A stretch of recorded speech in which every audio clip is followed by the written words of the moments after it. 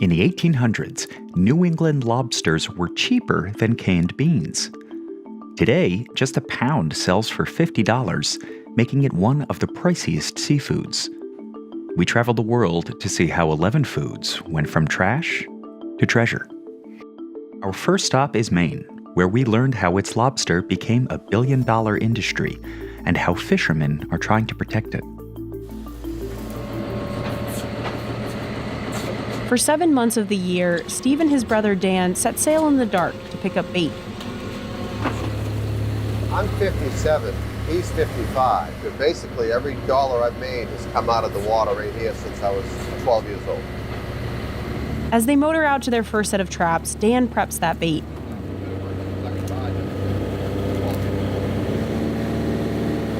Just as dawn sets in, the work takes off. And it doesn't stop. Steve and Dan will empty over 300 lobster traps today. 6 traps are strung along one line, or trawl. Color-coded buoys, like Steve's orange and blue ones, mark either end. A winch pulls in the line, and Steve hauls the 40-pound traps on board. You get paid to pull them out of the traps. What hurts is what you slam your elbow onto when you're moving your arm out of there. The team throws back any bycatch or species that aren't lobsters, like these crabs. We don't keep anything we can't sell. They also toss back any lobsters that are too big or too small to be legally harvested. It has to be at least 3 1/4 inches from the back of the eye to the back of the shell. That's legal, that's big enough. If it's larger than 5 inches, it has to go back. If they come across a female with eggs, like this one, that's also protected by law and has to be thrown back. They clip a V-shaped notch into the tail to let other fishers know this lobster had eggs. But if you don't leave stuff in the water for the future, you won't have a fishery. Dan fills the empty traps with bait. Acadian redfish, menhaden, and pork fat. What we're giving them is their junk food. It'd be like walking by a donut shop and smelling the donuts cooking, so you go in. Then they push the first trap back into the water to catch some more. They have to be careful not to get caught up in that line as it whips by. That rope is one of the most dangerous parts of lobstering. It's why these guys carry a knife. In case the rope pulls them overboard, they can cut themselves free. He could fall off the stern. It'd be 3 minutes before I realized he went overboard. And that's not like I was ignoring him. It's just I'm doing other things.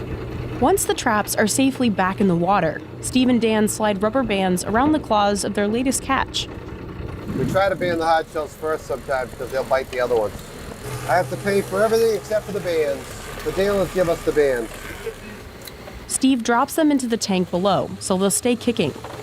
You want a lobster to stay alive all the way until it's cooked, so bacteria doesn't grow. Because they get paid by the lobster, the team keeps a tally from each buoy line. 2. Gonna be a long day, Dan. They want to catch at least 10 lobsters from one trawl, or about 2 pounds a trap. Anything under a pound is real bad. Even when we're having a bad day and we're not catching much, look where we are. I'd much rather be here than stuck in an office somewhere. But for the last decade or so, rumors have swirled that Maine's lobster population could be at risk. Scientists track the East Coast lobster stock by the total weight of the population, what's called the biomass. If you were to pinpoint a location where you could sort of balance that biomass on your fingertip, that would be the center of gravity. In the 1970s, lobster's center of gravity was actually right off Long Island, New York. Because of warming water, the population collapsed there. The center shifted north, towards the stronger population off southern New England. But soon, the same thing happened there, and that population collapsed. By the late 2000s, the center had shifted all the way to the Gulf of Maine. Fishermen here experienced a surge in the lobster population. By 2016, lobster landings had hit a record high of 132 million pounds and made up almost half of what was caught in Maine. Before this boom, fishermen here caught everything from herring and mussels to scallops. Lobster became such a financially productive activity during the boom of our landings, and most fishermen focused exclusively on lobster. In the 2010s, going all in on lobster seemed like a safe bet for fishermen. They could earn more than any other species, and lobster's price stayed high despite soaring supply. I think there's always risk associated with putting all of your eggs in one basket, and that's essentially the situation we've created. But now the population is shifting again, farther offshore. Lobster eggs in warming waters inshore aren't surviving at the rates that ones in cooler waters are. Because the Gulf of Maine is warming faster than 99% of the world's oceans, people have been worried what happened in New York and New England would happen here. But scientist Kathy Mills says there's still hope. We have conservation measures in place that are buffering some of the effects of warming temperatures. Measures like maximum size limits introduced in the 1930s and V-notching in the 1940s. The conservation measure to protect egg-bearing females is almost a century old. These have helped slow lobster's decline off Maine. See how in the last few decades, the center of gravity hasn't moved as far as it did in the 70s, 80s, and 90s? Not only does Steve throw back lady lobsters, but his traps are also set up so small ones can escape. So the kitchen is where the food is. You got 2 doorways in, and then this is the parlor back here where they're all hanging out after they eat. Every trap has 3, sometimes 4 vents. These vents are designed to let the lobsters out that aren't legal size. While these catch limits in Maine have helped, they probably won't stop the population from shifting completely. The population will not collapse. It will decline, but to levels that we've experienced in the past. Like most scientists here, Kathy's team predicts the center of gravity will keep shifting north in the future. And as lobsters move offshore, so too do the lobstermen. Small boats like Steve's, that stay close to the coastline, are increasingly being replaced with big ones that go lobstering 30 miles out for days at a time. But big boats are an investment most young lobstermen can't afford. Even a small rig like this takes a lot of money to operate. The traps and the buoys and the rope, probably looking at about $160,000 if everything was brand new. Am I worried about the younger generation? And I am, because we've done everything we can to keep a fishery for them. The stuff that we can't control, we can't control. Yeah, I'm inbound, over. Yep, roger that, just checking. On small boats, lobstermen like Steve and Dan will go out for just the morning and pull into the Portland dock around noon. They sell their catch to Luke's Lobster at $6.50 a pound for hard shell and $5.50 for soft shell, or ones that have recently molted.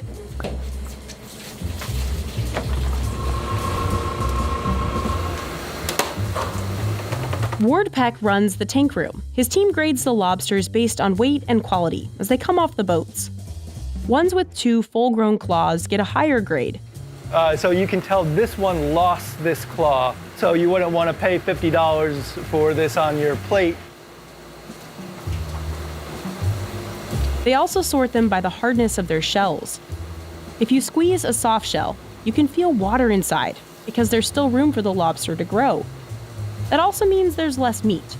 Those can only be sold to local markets before they spoil. A hard shell, though? It's like a bullet. There's no water in here. The higher proportion of meat to shell in a hard shell lobster. Hard shell lobsters will fetch a bit more because they survive longer and they can be exported out of the state. Here's something that you would pay good money for at a Manhattan restaurant. It has a crusher claw, it has a pincher claw. The crusher claw is bigger, pincher claw is more narrow. 3-pound lobster, I would not want to get my finger in their crusher claw, that's for sure. He's seen some pretty lobsters through all his years of grading. This guy's more of an albino, and this guy is like the calico. He's albino in spots. When they're this color, they look prehistoric to me. Apparently, no matter what color they are when they're alive, once you boil them, they all turn red. From here, Ward will drop them off at Luke's Lobster's restaurant next door, or send them to the company's processing facility, about 20 minutes away. The first step is running it through a stunner. Luke's Lobster wouldn't show us its stunner, but the machine could look something like this. It's a lethal electric shock, marketed as a quicker and more humane way to kill lobsters than boiling them alive. At the processing facility, we were able to catch up to the lobsters just after steaming.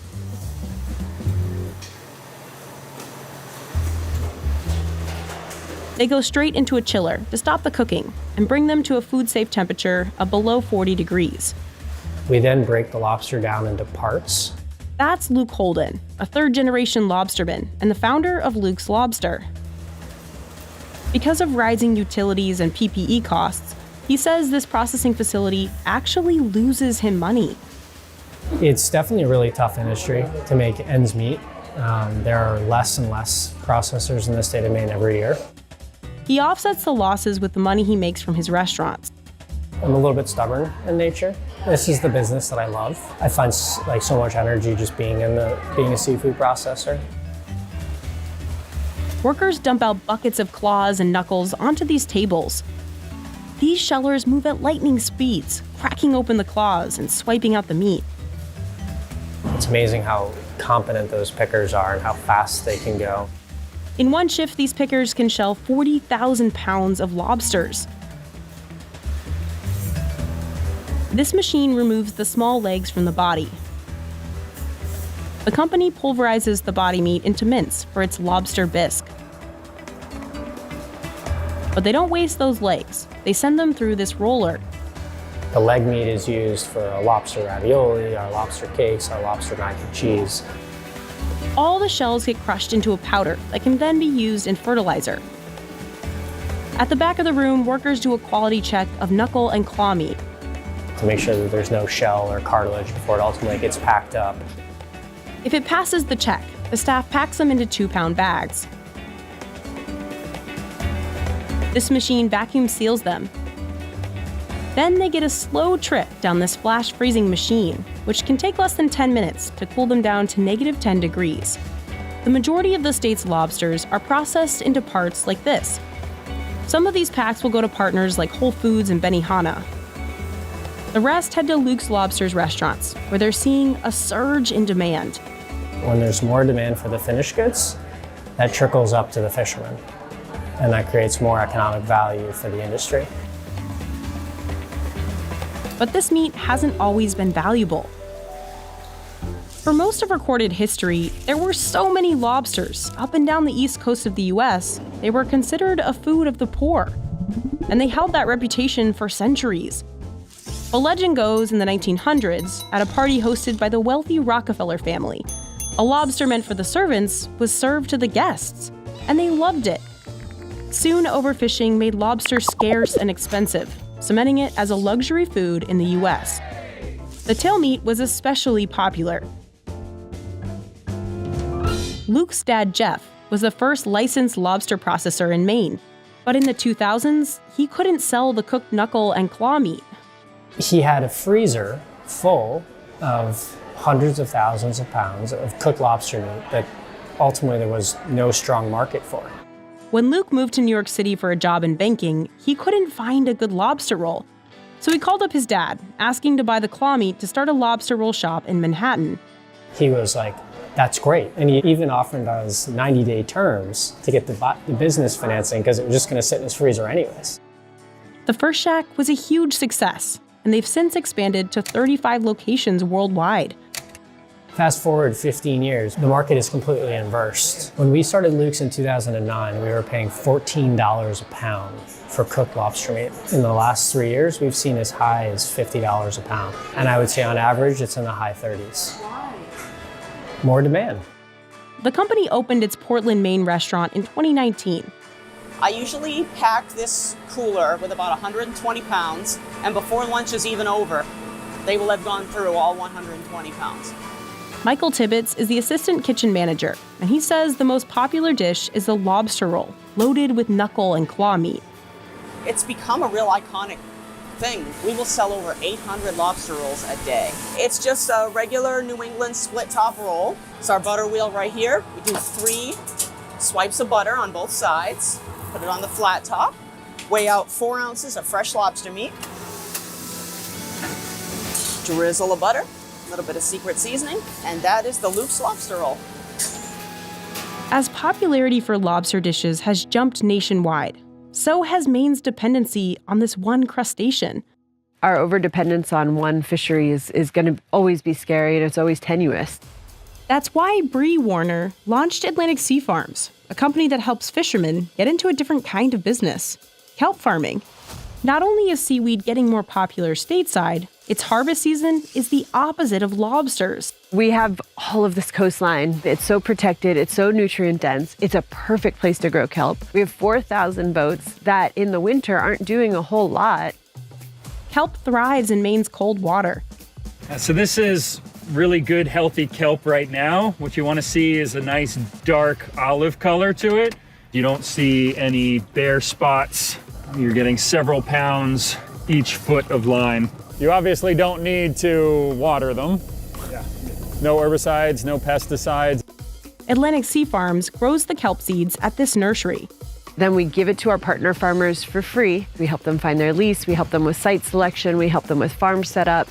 When Atlantic Sea Farms started out in 2018, the entire state of Maine harvested 53,000 pounds of farmed seaweed. For the first year of Atlantic Sea Farms, we had 3 brave souls take on the risk of doing their own farms. Flash forward to today, its 40 partner farmers harvested a record-breaking 1.3 million pounds in 2024, just in time to meet booming demand in the global seaweed market. We haven't had to recruit anyone in years. The proof is in the pudding. The fishermen don't do things that don't make money for them. Many are lobstermen, like Justin Papke. Just looking at things we could do to diversify, take a couple eggs out of the lobster basket. He considered oyster and mussel farming, but found kelp was a cheaper investment. Because he could use the same boat, ropes, and buoys as lobstering. I had all these buoys just stacked up on the shore. It's like, well, they don't need to be on the shore. Maybe they could be making me money in the water. And kelp seemed to fit really well with lobstering in our season and our slow times. It took Justin 3 years to get the license for his 8-acre farm. The way we're set up, it kind of looks like an Olympic swimming pool. The kelp is on like a lane, except it's 7 feet below the surface. Debris, like trees, can tangle in these lines, and big waves can move them. We're not growing things on land in nice rows. We're putting our nice rows in the water, and then Mother Nature throws hurricanes at you. Justin's biggest expense were these moorings, or anchors, that hold down the kelp lines. They can cost a farmer as much as $50,000 for a 4-acre site. Once the kelp starts to grow, it gets really heavy, so it's better to spend a little bit more and get something that won't move. Justin can harvest 10,000 pounds a day on average during the season. Slowly, as we're getting better at it, it's become more dependable, and now it's a part of our income stream. For the past 5 years, Steve has also been harvesting kelp in the spring. He spent about $22,000 starting up his farm, but he says the investment was worth it. There's a lot less expense with the kelp once you set the farm up. You haven't got nearly as much fuel burned, and you haven't got a $600 or $800 a day bait bill. I don't find myself nearly as tired at the end of a day of harvesting kelp as I do at the end of a day hauling traps. After fishermen like Steve harvest their kelp, Atlantic Sea Farms buys it. We design all of the products, and we turn it into value-added products for grocery stores. From this factory, the company makes seaweed salad, burgers, smoothie cubes, and kimchi. I got here some skinny kelp that was harvested by one of our partner farmers yesterday. These blades clearly are taller than I am. It's really good. We wash, shred it, and we'll blanch it. And then from there, that product will go to our fermentation room, and we use that as an ingredient. The kelp ferments in gochujang, tamari, and gochugaru for 10 days and comes out looking like this. That's the spicy seaweed salad. Here, they're just trying to make sure everything's mixed really well together. Some of that liquid would have settled while all the product was sitting. Finally, workers scoop the salad into 15-ounce jars. This machine makes sure the lid is airtight. We want to get those lids on there really secure. Because it is a live product, there still can be fermentation that's happening, and so we don't want any air getting into those jars. Each of these jars is traceable back to the exact farm it was pulled from. And at about $10 a piece, they can be more valuable than raw kelp. The company makes over 75,000 jars of fermented seaweed salad every year and sells them in thousands of stores across the U.S. Our food system is so broken. It's making farmers poorer, the environment worse, and consumers less healthy. And what we're doing here on the coast of Maine to work with fishermen to diversify in the face of climate change with the most climate-friendly food on the planet, for me, that's very hopeful.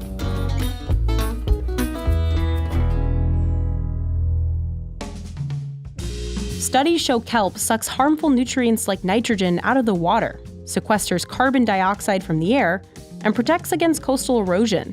Even at Luke's Lobster, they're frying up these kelp burgers. We're shifting all the time. Shifting doesn't scare me at all. If they can sell the product, we should be encouraging more fishermen to go out and harvest kelp. So will kelp ever replace lobster? Probably not. So kelp is not a silver bullet. Lobster's always going to be part of the fabric of Maine. We're very optimistic about a future that includes lobster and kelp and oysters and mussels, and ways that we can create a future where we can always be working on the water for generations to come. Oxtail used to be a throwaway meat for most Americans. But after the pandemic forced meat buyers to try new things, oxtail's price tripled.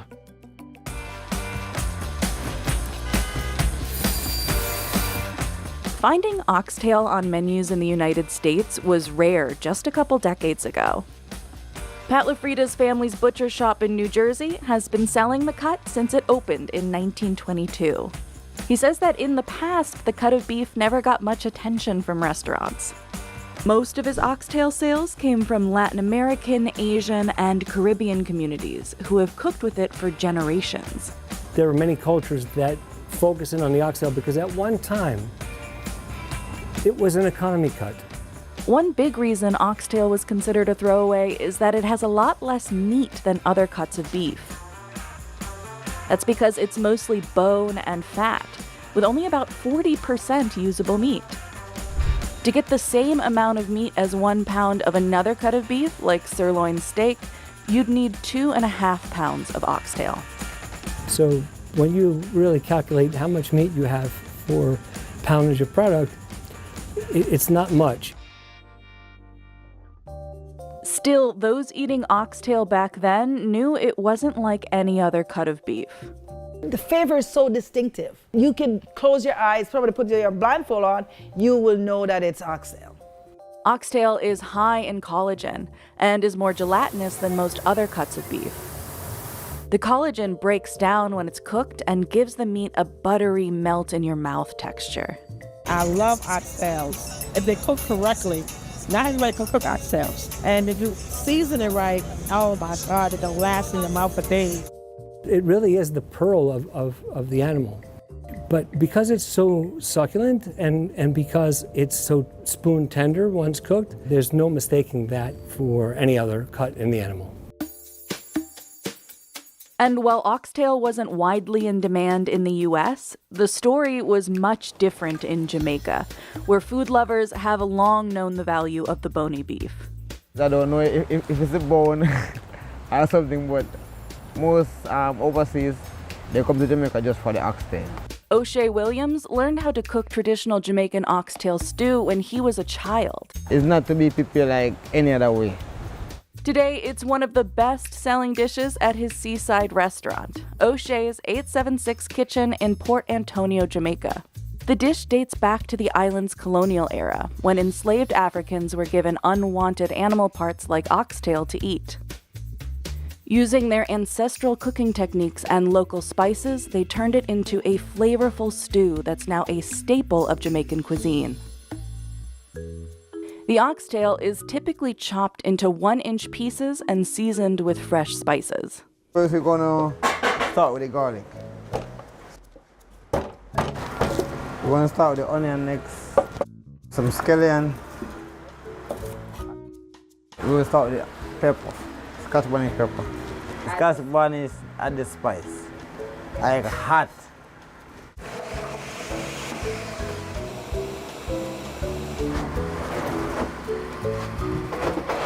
The meat is then slow cooked over an open fire for hours until it falls off the bone.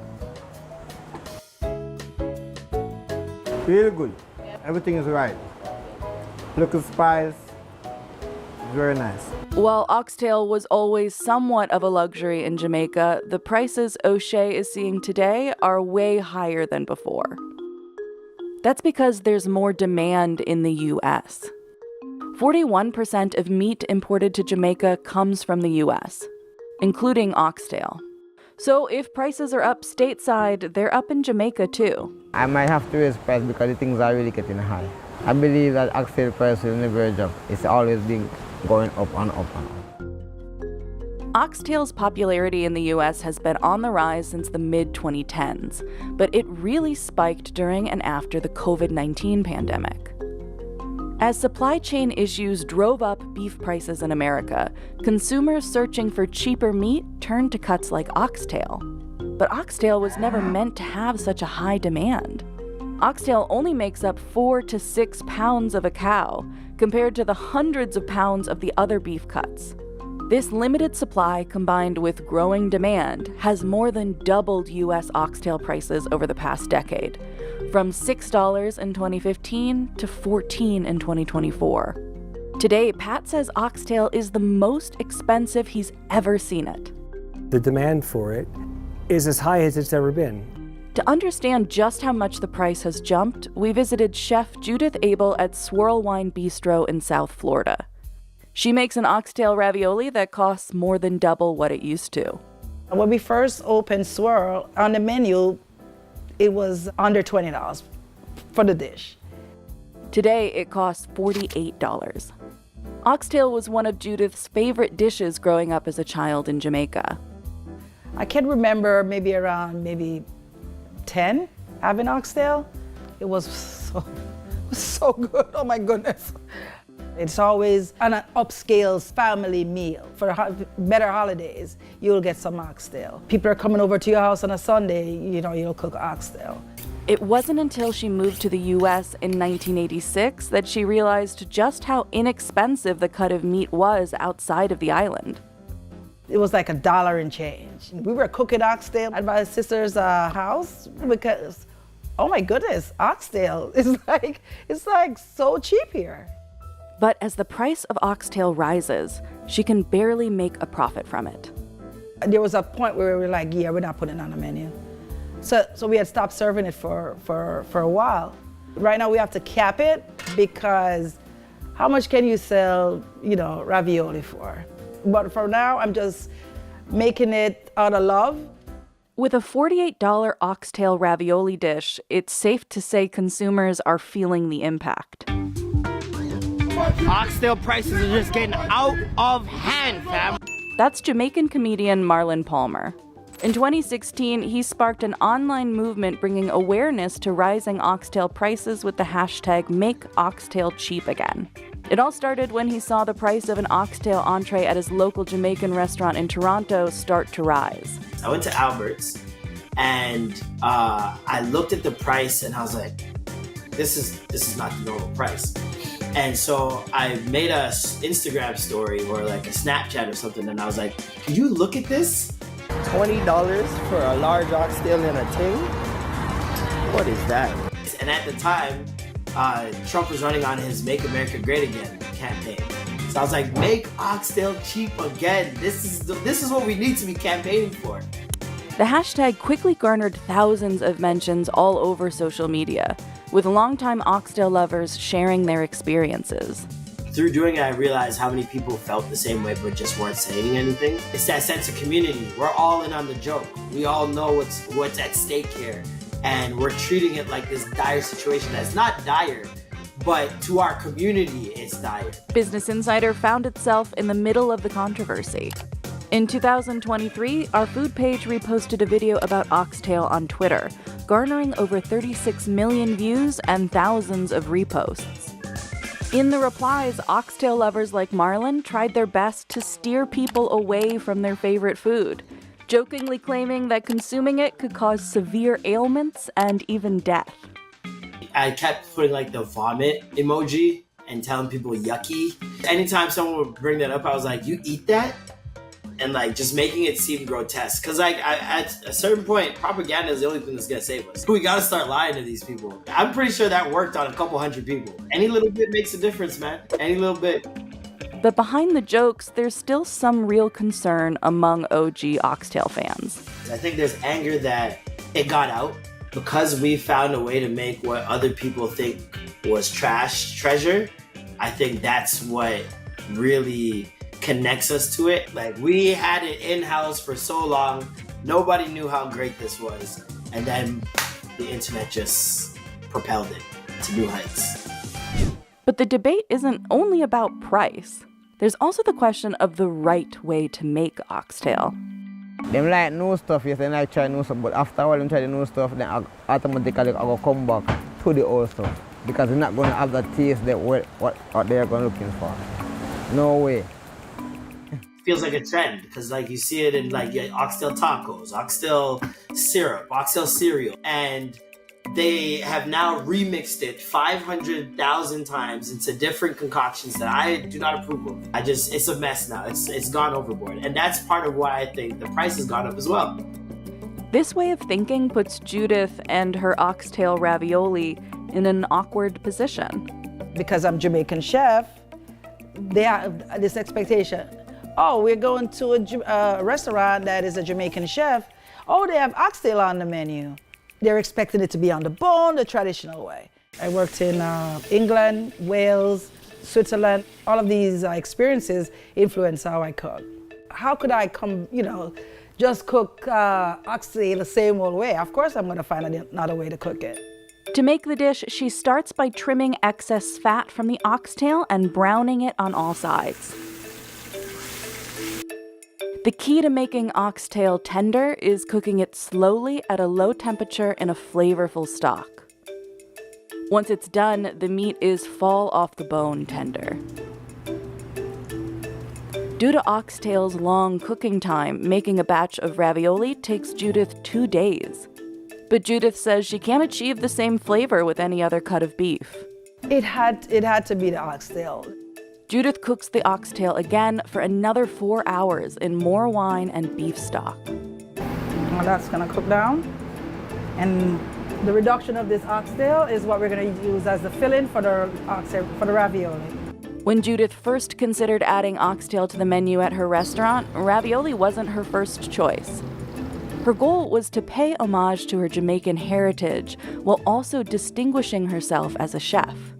I mean, there's a lot of Jamaican restaurants that you can go and get traditional Jamaican food. We want to set ourselves apart. It took years of trial and error to come up with this dish. Today, the oxtail ravioli is a customer favorite at Swirl. We had to put it on the door, home of the oxtail ravioli. I'm selling out of oxtail like every week. I can't keep up. While she is concerned about the price hikes, she says it shouldn't stop her or other chefs from creating innovative oxtail dishes. There will always be a chef who's going to try to take it to the next level. I've seen chefs smoke it and then braise it.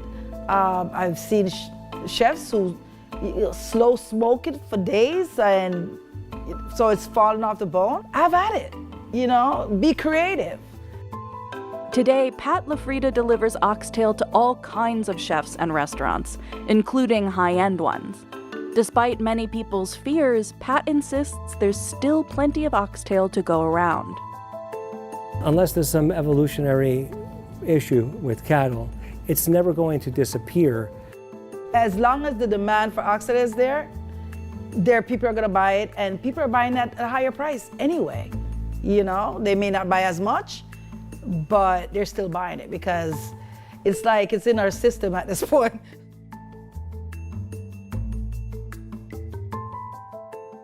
High-end foie gras, or fattened goose liver, is a costly and controversial fine dining staple. And this foie gras is 6 times as expensive. Here in Extremadura, Spain, Eduardo Sosa is one of the few people in the world making what his supporters call ethical foie gras. Toma, bonita, toma, toma, toma, toma, toma, toma, toma, bonita, toma. Many consider foie gras to be unethical because it's typically made by force-feeding ducks or geese to fatten their livers. Eduardo does things differently, and it makes his product incredibly pricey. A 180-gram jar costs over $200. But what exactly makes this foie gras ethical? And why is it so expensive? Mi familia lleva haciendo este sistema desde que sepamos nosotros el año 1812 y desde entonces no hemos parado. Nuestro foie se produce pues, de una forma muy sencilla. Nosotros tenemos una serie de gansos salvajes domesticados. When the weather turns cold and the bird migration season begins, wild geese join the tamed geese on Eduardo's farm. Here, the geese feast upon grass, acorns, olives, figs, and different seeds. Fijaros cómo lo comen y que les encanta la bellota.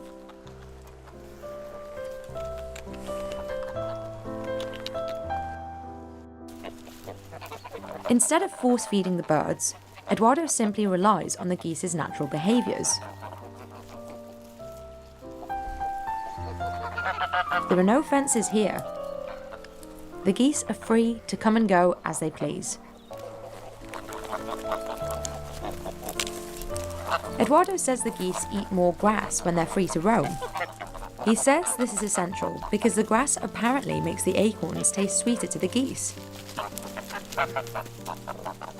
And the more acorns the geese eat, the tastier and yellower their livers will be. While Eduardo prefers to let the geese eat what they want, he does provide them with organic corn to make their livers more yellow. Hace años nuestro hígado era mucho más oscuro que el que es ahora, y entonces viendo en el mercado que la tendencia era una cosa más amarilla, más blanquita, más tal, pues se nos ocurrió de darle maíz ecológico, porque nos dimos cuenta que dándole maíz ecológico es como un colorante, entonces queda más bonito el hígado, ¿no? El foie. During this time of year, geese stuff themselves full of food to prepare for their winter migration. This quickly builds fat and enlarges their livers, the perfect conditions for creating foie gras. When it's time for the slaughter, Eduardo uses a traditional technique to stun the geese: hypnosis. He says this makes the process as painless as possible. It happens only once a year during the coldest part of winter, when the geese have the most fat. It also has to be a moonless night.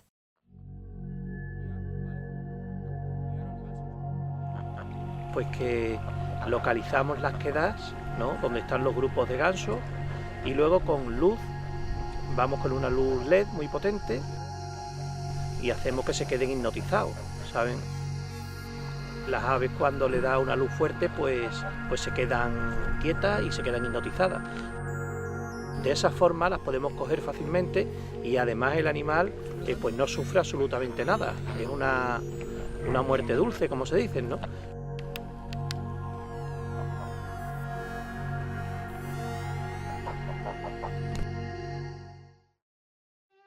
Eduardo's foie gras is so highly sought after because of how flavorful it is. To preserve its unique flavor profile, Eduardo prepares his foie gras very simply. Hemos cogido el horno, le hemos metido leña, lo estamos calentando y luego lo que vamos a hacer ya en estos envases especiales para conserva es calentarlo para que se cocine y como si fuera una cocina normal, ¿vale? Esto es lo que llamarían los franceses un hígado entier. Entier es que es una pieza entera del ganso metida en el frasco y cocinado, no tiene mayor historia, no lleva absolutamente nada, es 100% natural.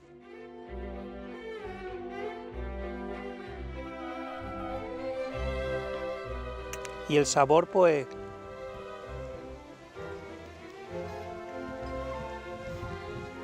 maravilloso. Un sabor muy suave, una crema, algo increíble, es un sabor extraordinario.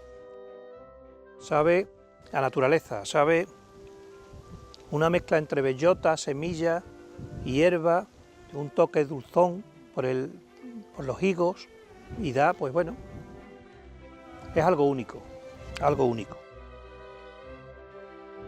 El ganso se aprovecha absolutamente todo, Entonces, cuando hacemos el proceso, también aprovechamos las pechugas para hacer este delicioso jamón. que publicitamos siempre que el foie es algo que se debería consumir una sola vez en la vida, ¿vale? No queremos que se abuse, no es un alimento que por mucho dinero que tenga una persona no debe abusar del consumo. Es algo que hay que probar, disfrutarlo en una ocasión muy especial. So despite the high demand, Eduardo won't make more than 2,000 batches a year. He says he's committed to maintaining the wild geese population and heavily discourages overconsumption, unlike most foie gras producers. Bueno, pues la industria lo que ha hecho es aprovechar la capacidad natural del ganso de generar grasa en su hígado, pues para hacerlo industrialmente. Les ponen una temperatura para que los gansos se crean que están en invierno, le ponen un aire acondicionado muy frío, entonces, y le empiezan a dar mucha comida con una máquina que le entra en el estómago y le empiezan a meter comida. Pues que le dan de comer muchas veces durante el día para generar muchísima grasa. Entonces el hígado se le pone bestial, imaginaros, puede llegar a pesar hasta 2 kilos el hígado de un ganso, más o menos. Entonces, y eso lo hacen en 7-8 días, ¿vale? Cuanto en la naturaleza pues necesita un año, una vida, en fin, hay mucha diferencia. La industria ha inventado un foie aprovechando los genes del ganso y entonces inventó un animal hecho en laboratorio que es el pato, que le llaman pato mular o pato mudo.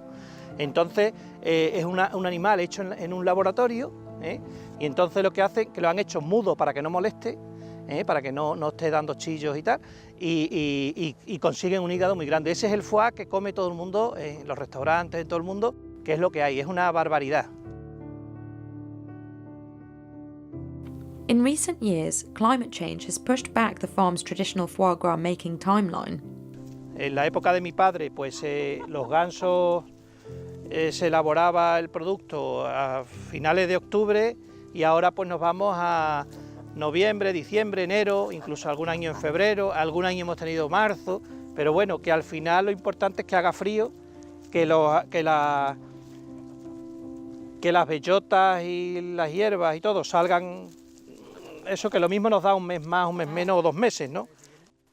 Regardless of when it's made, Eduardo's foie gras, or natural foie gras as he calls it, has an extremely long waiting list every year. There was limited demand for Eduardo's foie gras until 2006, when he and his team won the coveted Coup de Coeur Award at the Seal Food Expo in Paris. Desde entonces comenzó de verdad la demanda. Bueno, fue cuando el CIFOG, la Asociación de Productores de Foie de Francia, nos quiso impugnar el premio diciendo que nuestro foie al ser natural no se podía considerar foie. Están continuamente poniéndonos demandas y están siempre que si el nombre, que si tal. Entonces, para no tener conflicto con ellos, siempre decimos que nuestro producto no es foie gras, ¿vale? De esa forma, nosotros ahora le denominamos foie natural gras, no foie gras. Despite challenges and criticism from other foie gras producers, Eduardo's product has only continued to become more popular. Te das cuenta que los grandes chefs del mundo, los mejores chefs del mundo, pues alaban el sabor, ¿no? Dicen que es algo increíble. Tenía el caso del chef Dan Barber en Estados Unidos, que dijo que era lo mejor que había probado en su vida, ¿no? La experiencia culinaria más grande de su vida, porque es que es algo diferente, totalmente. La Pateria de Sousa's natural foie gras costs €199 and sells out every year. El precio no creo que baje nunca, puesto que mientras se siga produciendo a pequeña escala, pues bueno, tenemos que compensar el coste de pocos animales en muchísimo territorio, pues con el precio, es algo lógico y normal. Despite the hefty price tag, Eduardo says he doesn't see much of a profit from his foie gras. Geese require more land than other livestock. Most people in his area prefer to raise Iberian pigs, which are very profitable.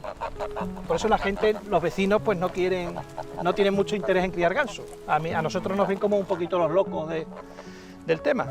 La cría del ganso, pues bueno, es mi pasión, ¿no? Claro, no, es que es una pasión, es mi vida, es mi pasión. Mi padre me enseñó, yo estoy enseñando a mis hijos y lo que queremos es que esto no se pierda, ¿no? Y que la gente, ojalá saliera más gente a producir ganso. But it wasn't Eduardo's family who invented the natural foie gras tradition.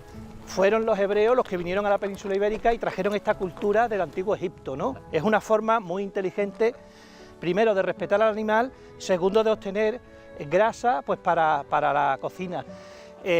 Ellos tenían la sabia costumbre de instalarse en los pasos de migración de aves, como es el caso de esta granja, ¿vale? Entonces, ellos tenían una serie de gansos salvajes domesticados, ¿vale? Que domesticaban y que hacían que luego atraían los gansos silvestres a la granja, ¿vale? En épocas de migración.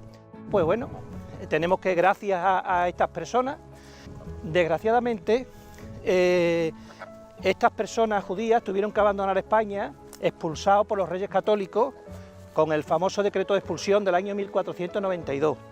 Nosotros, bueno, pues nos quedamos con ese legado, con esa sabiduría de estas personas, y aquí queda pues un poquito de su historia.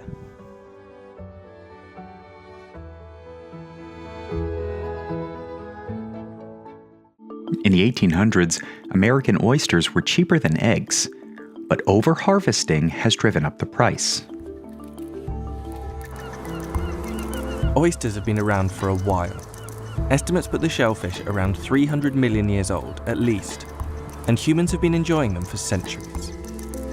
Oyster cultivation was invented by Sergius Arata, a Roman engineer also often credited with the invention of underfloor heating. And since his invention, oyster farming has become big business. While you may be seeing oysters on the menu more these days, their popularity now is nothing compared to just 200 years ago. Oyster sales boomed from the early 19th century onwards, and the shellfish were sold as street food across London, Paris, and New York, as they remained a cheap and accessible snack to many. In 1860, the small British seaside town of Whitstable alone was sending 50 million tons of oysters to London each year. And by 1900, New York was eating 1 million oysters every day. But as their popularity grew, so did the problems. Industrialisation and dredging of the waters in England led to overfishing. And as more people moved to the coast, more and more sewage ended up dumped in oyster-growing waters. Soon there were outbreaks of typhoid and other diseases, and many oyster beds had to be closed. Hard winters and new diseases killed off many of the remaining native oysters, and gave the shellfish a bad reputation that lasted for years to come. There's something else that kept the price of oysters down around the turn of the century: child labour. In the early 20th century, American photographer Lewis Hine captured photographs of many of the children working in the oyster industry, even photographing 4-year-old Mary, who would apparently shuck 2 pots of oysters each day. Things had to change though. We soon realised the importance of clean water in the oyster growing process and outlawed child labour. Making oysters environmentally safe and ethical to grow came at a cost, as the shellfish take a lot of work to produce. And now, when oysters are raised, the environment they're grown in is one of the main considerations. Here, there's no industry, there's very little even farming here. What you've got out in the loch is just everything that is naturally in the loch. So they're feeding on the best possible feed that you could want, and they couldn't be in any more natural product. Each oyster takes 2 to 3 years to mature, and they start out microscopically small. The tiny shellfish are grown in hatcheries. When they're large enough, they're transplanted to their final growing place. Well, we get the oysters in from our hatchery when they're about your thumbnail size. We will grow them in these baskets for approximately 2 to 3 years, and then we'll send them to the depuration centre for depurating and then for packing for dispatch. At Loch Fyne, every oyster is depurated, a process that cleans the oysters and removes any dangerous bacteria. Every single oyster must be checked by hand. Making sure that each oyster is shipped live is paramount. Believe it or not, we sell roughly about 35,000 oysters every week out of here, and every single oyster is individually checked. So what we would do is, when we're packing the oysters, we'd pick up 2 oysters and we would tap them together. Now, you can obviously see that one's dead, but when you're packing thousands at a time, you won't necessarily see it, and sometimes it's only open just a little tiny bit. But when you tap that oyster, you can hear it's hollow straight away, and that is the best way to tell if an oyster's going to reach its shelf life, whether it should be discarded.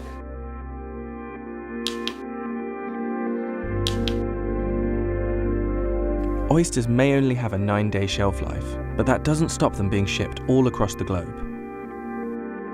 And their popularity and image as a luxury treat means that their demand is only going to rise.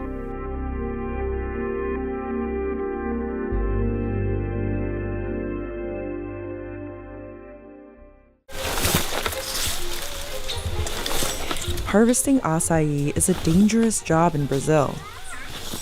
Workers climb thin palm trees deep in the Amazon rainforest. Ela pode chegar lá em cima, no pegar do cacho, ela quebrar, no meio que ela é frágil. These berries have become one of the most popular so-called superfoods in the US, and they aren't cheap. One bowl can cost up to $15. And while the berry has exploded in popularity in recent decades, small farms like this haven't really been able to cash in. A gente fica com a menor parte do lucro aqui na comunidade, né? To this day, most acai in Brazil is harvested by families on small-scale farms. But big plantations are on the rise, putting pressure on families like Lucas Nogueira's and a way of life that goes back generations. Mas é uma dádiva de Deus. Uma importância muito grande para nós, para nossa alimentação, para nossa sobrevivência.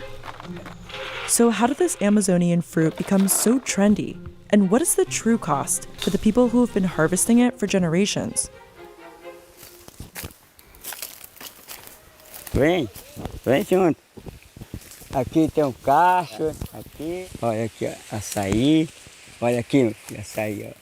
We met Lucas at the end of the 2021 harvest, but there were still some berries left on a few trees. His family's farm is roughly 70 miles from Belém, the capital of the state of Pará, which grows more than 90% of the acai produced in Brazil. The only tool they use to climb is a single piece of rope called a peconha. They used to be made of leaves. Essa folha aqui, a gente pegava, torcia ela, aí passava por aqui, fazia isso, para ver como o tempo vai mudando, né? Today, Lucas's son Luiz Fernando will go up. Se tiver, só põe que tiver maduro, não tá que tiver paró. Pode subir, vai com cuidado. The trunks are so thin that climbers have to be lightweight. É perigoso, sim. O cara tá lá em cima e uma árvore quebrar. É arriscado o cara quebrar o braço, quebrar o pé. At the top, they swing from the tree to reach multiple bunches.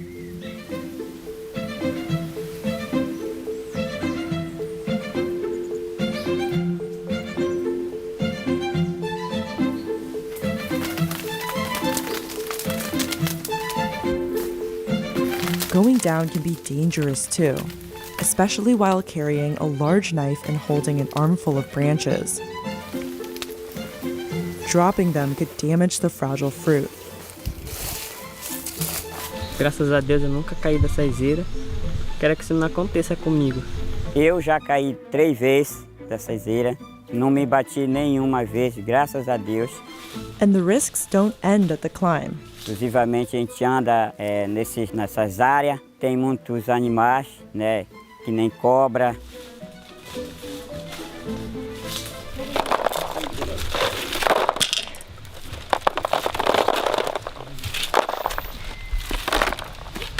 Lucas and his family harvested 53 baskets like these in 2021, earning them an income of about $950. That's as little as 20 cents per pound. Meanwhile, a pound of processed acai sorbet can sell for $7 or more in the US. Part of the issue is that Lucas has to sell his acai as soon as possible because the fruit goes bad fast. That leaves farmers who don't have processing machines with little leverage to negotiate. Não tem empresa aqui na nossa comunidade. A gente vende para atravessador, para poder chegar na mão daquelas pessoas que vão beneficiar, que vão se dar bem. Merchants bring the acai to Belém by boat. It's a race against the clock to sell the fruit before it spoils, so markets run overnight. O açaí apanhado hoje, ele dura em máximo 48 horas. 72 é assim, extrapolando. The price of the baskets varies every day, depending on the demand. Hoje, em média, paneiro desse aqui está custando, hoje, 60. Most of the acai produced in the state stays in Brazil, but exports have skyrocketed, growing about 14,000% between 2011 and 2020. Você sabia que uma tigela de açaí nos Estados Unidos custa R$80? $15. Quanto? $15. $15? Não sabia não. Some acai gets transported to processing facilities like North Acai. Every day, 22 tons of fruit are turned into frozen pulp, the acai that most people outside of Pará are familiar with. O açaí é uma películazinha com caroço. Então 95% do açaí é caroço. This is the stage where we see the biggest jump in price, about 177%. Esse produto tem que estar congelado em menos de 24 horas. Aí a gente vem para cá, onde aqui é o túnel de congelamento. A polpa fica congelada nesses monoblocos, aonde a gente depois leva para a câmara de estocagem e guarda ele para vender ele no mercado internacional e nacional. Today, more than 70% of Brazil's acai exports end up in the States. Nós estamos muito presentes, muito forte, tá?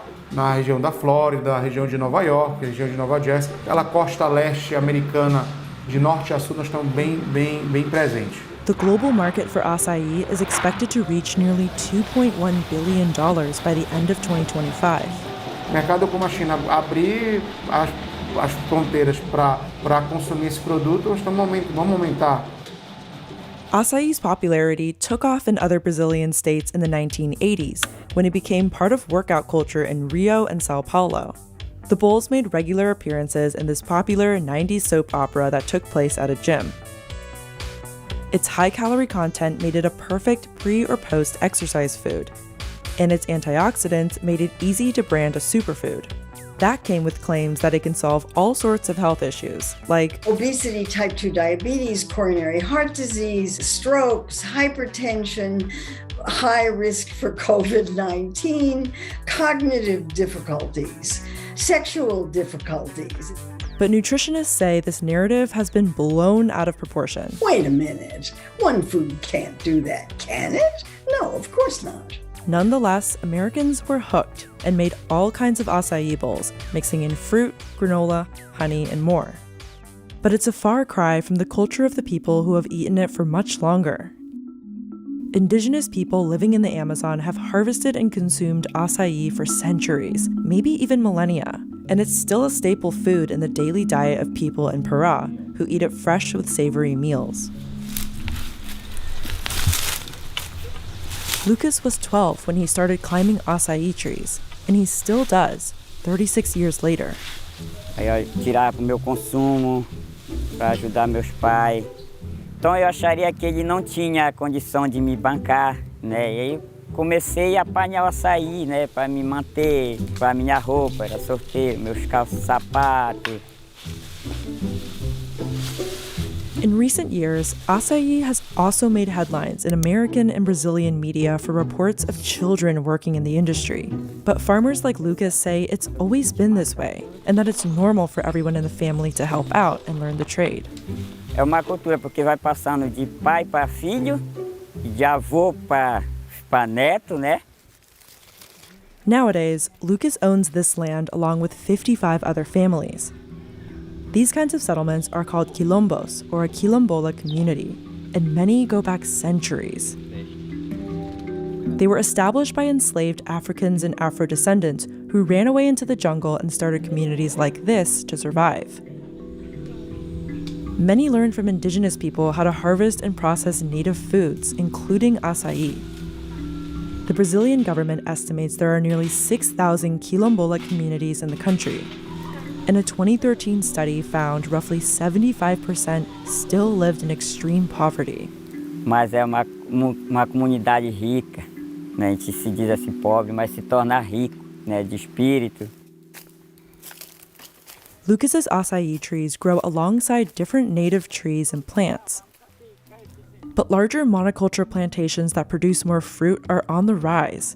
The amount of land used for these plantations has more than tripled since 2006. A gente trata como sistemas homogêneos muito frágeis, né? De pouca resiliência. These plantations are often located far away from floodplains where acai trees naturally thrive. That means big producers have to irrigate their acai trees, while farmers like Lucas rely on natural seasonal flooding from the nearby river. Isso sem falar no problema da biodiversidade por inteiro, né? Se você, enfim, transforma a Amazônia em plantios. Some small producers have also been favoring acai trees over others, which could become an issue in the long run.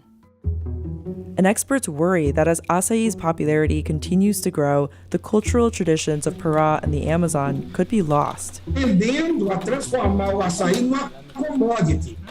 Isso é ruim. Aí tudo depende da escala, porque, né? Enfim, não interessa. A qualidade é pouco, mas tem qualidade. Não é isso que interessa.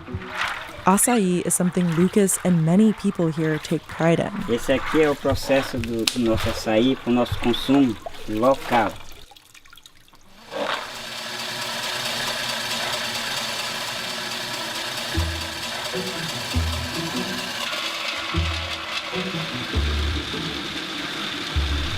Isso.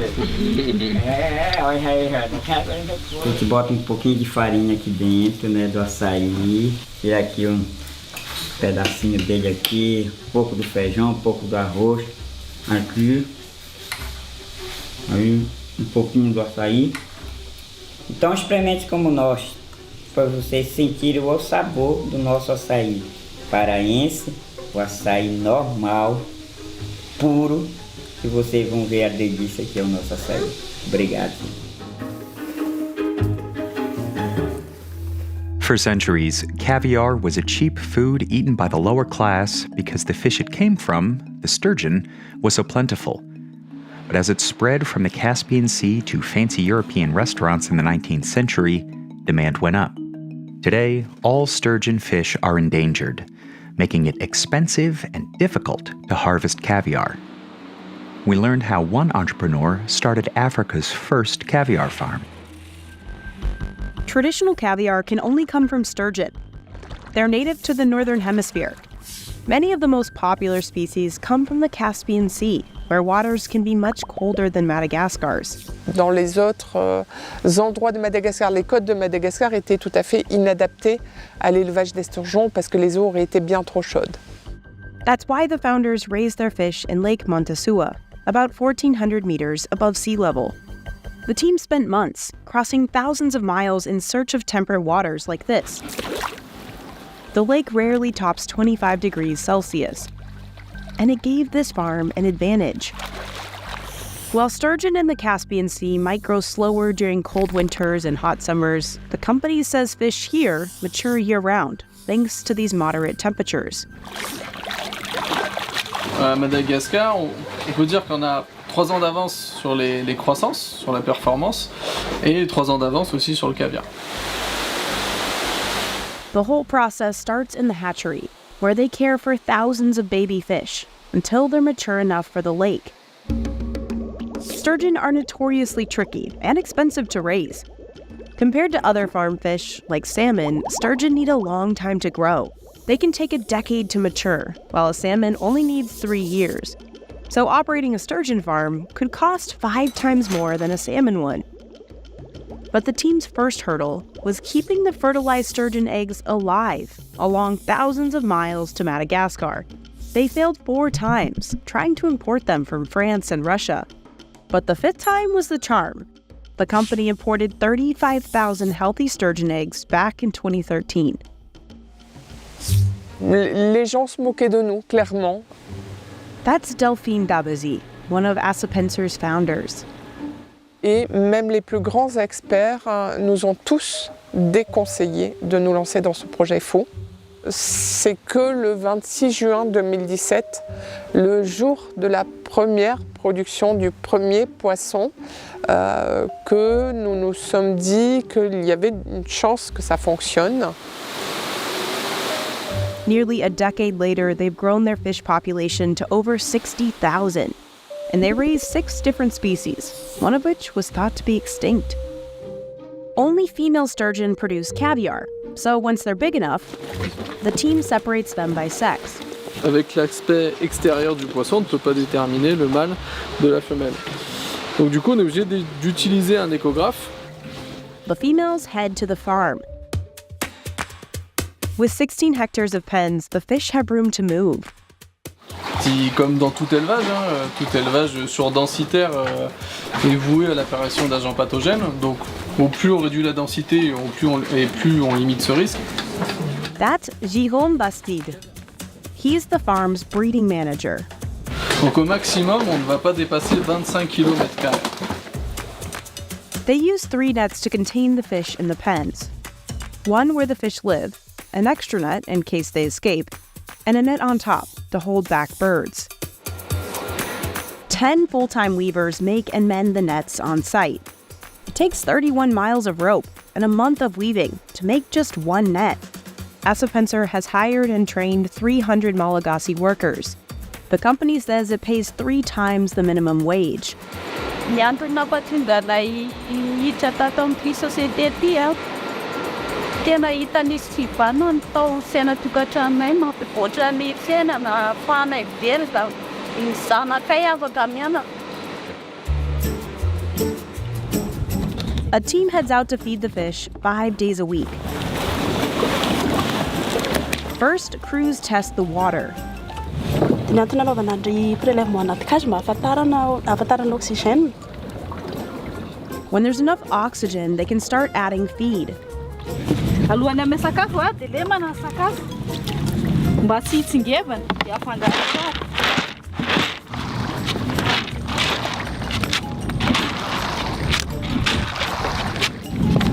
Dia aparitaka atao ampovoany tsara mba tivoaka ivelany. Dia vanina ny baka. Dia vanina ny pelle. Dia arina ato anaty kazy. That's so the food will sink to the bottom, where the sturgeon eat.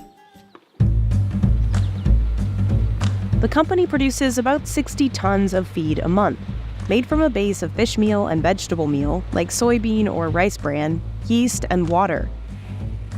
If the fish aren't fed the right thing, Jérôme says they could take twice as long to grow. Donc d'où l'importance d'avoir un aliment sur mesure par rapport à son espèce. Et je vais dire que ce qui coûte le plus cher dans l'exploitation, c'est la production de l'aliment du poisson. The company spends over $130,000 a month on feed alone. Assapencer makes the food on site and sources about 80% of its ingredients from farms nearby. Ça a développé toute une économie locale en fait. Il y a les paysans, il y a les épiceries. Donc ça c'est le tourteau de soja. Ça c'est local. Arimonda manages the feed mill. His team grinds all the raw materials into powder. Machines then cook and shape the feed into granules. The recipe and size of the pellets change based on the age of the fish. Plus le poisson est jeune, plus il a besoin d'énergie. Plus le poisson est jeune, plus il a besoin de protéines et de lipides. Feed is such a big expense for Assapencer because the fish eat so much of it. De 4. Donc ça veut dire que la femelle a besoin de 4 kg de granulés pour produire 1 kg de poisson. Indro maraina dia après-midi amuru.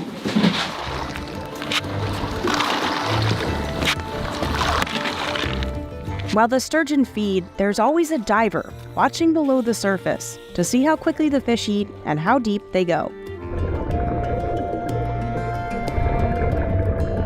Every few months, Jéróme's team pulls fish out of the water.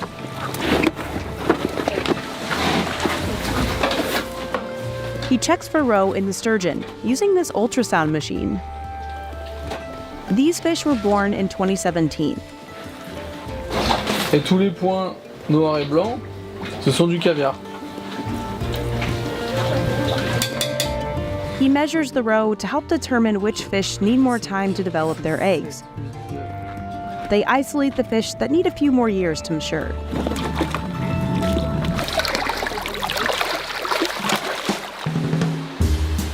These females are Persian sturgeon.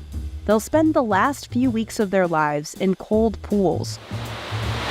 Qui va permettre en fait d'arrêter le métabolisme de la femelle et d'avoir une très bonne qualité des œufs.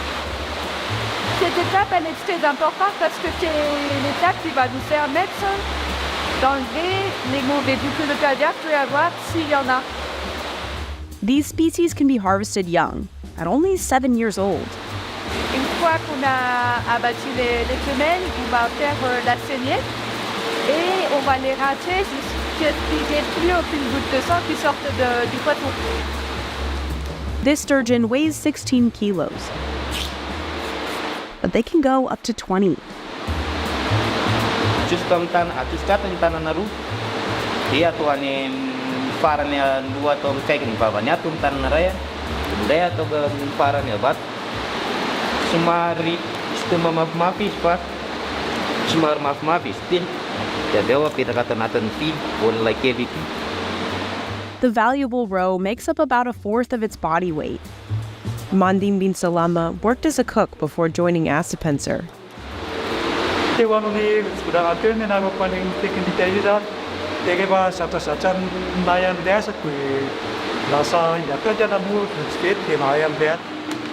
But the roe isn't finished caviar just yet. Workers run the eggs over a sieve to separate them from the fish's innards. Then they wash the eggs to remove any leftover bits. These workers spread the roe out so they can see any misshapen or discolored eggs that need to be removed. Now they race against the clock to salt the roe in a minute. Pourquoi 60 secondes? Parce que si on le fait plus, ça risque de ramollir les œufs. Any less time, and the eggs won't have a consistent salty taste.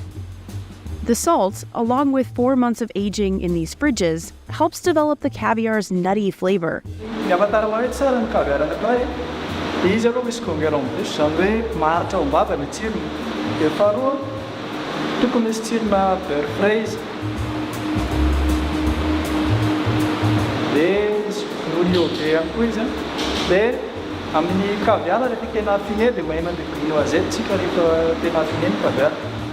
A kilo of Rova caviar can go for over $5,000. The cost is on par with European brands. Assapencer exports 90% of its caviar to Europe, but it's up against stiff competition. China is Europe's biggest supplier. It raises sturgeon on massive farms like this one, 3,500 times larger than Assapencer's. Since 2014, China has been selling the most expensive caviar, the kind harvested from beluga sturgeons, seen here at a farm in Florida. But Assapencer is still years away from harvesting its first beluga roe, because it takes nearly double the amount of time to raise the high-priced fish compared to other sturgeon species. On ne sait pas encore combien on va produire en vitesse de croisière. La vitesse de croisière, ce sera à partir de 2026, 2027 ou 2028, quand nos belugas commenceront à bien produire le caviar. Until then, Assapencer is trying to sell the caviar types that are ready. The company has opened offices in Paris, Brussels, and New York City in hopes of hooking Western markets on African caviar. The team has already managed to convince chefs at some of Europe's top restaurants. Faire découvrir des produits comme ça à nos clients, c'est splendide. Boris Campagnella is the executive chef of Le Crine, a Michelin-starred restaurant. He was one of the first chefs in Paris to put Rova on the menu, back in 2019. C'est-à-dire que j'ai pas entendu parler, elle est venue me voir un jour, je crois que c'était il y a 3-4 ans, elle est venue me voir dans la cuisine. Elle m'a présenté un caviar, déjà elle a ouvert la boîte. Je dis pas grand-chose, je goûte. Le produit incroyable, un goût, une teneur en bouche, la dureté des œufs, enfin la couleur, enfin tout. Je dis mais comment vous faites pour faire un truc pareil? He's topped dishes of torch shrimp, lamb tartare, and ceviche with Rova caviar. J'aime mettre un plat dans le menu avec du caviar. Like this dish of abalone with brown butter. Ça c'est de la groseille de mer.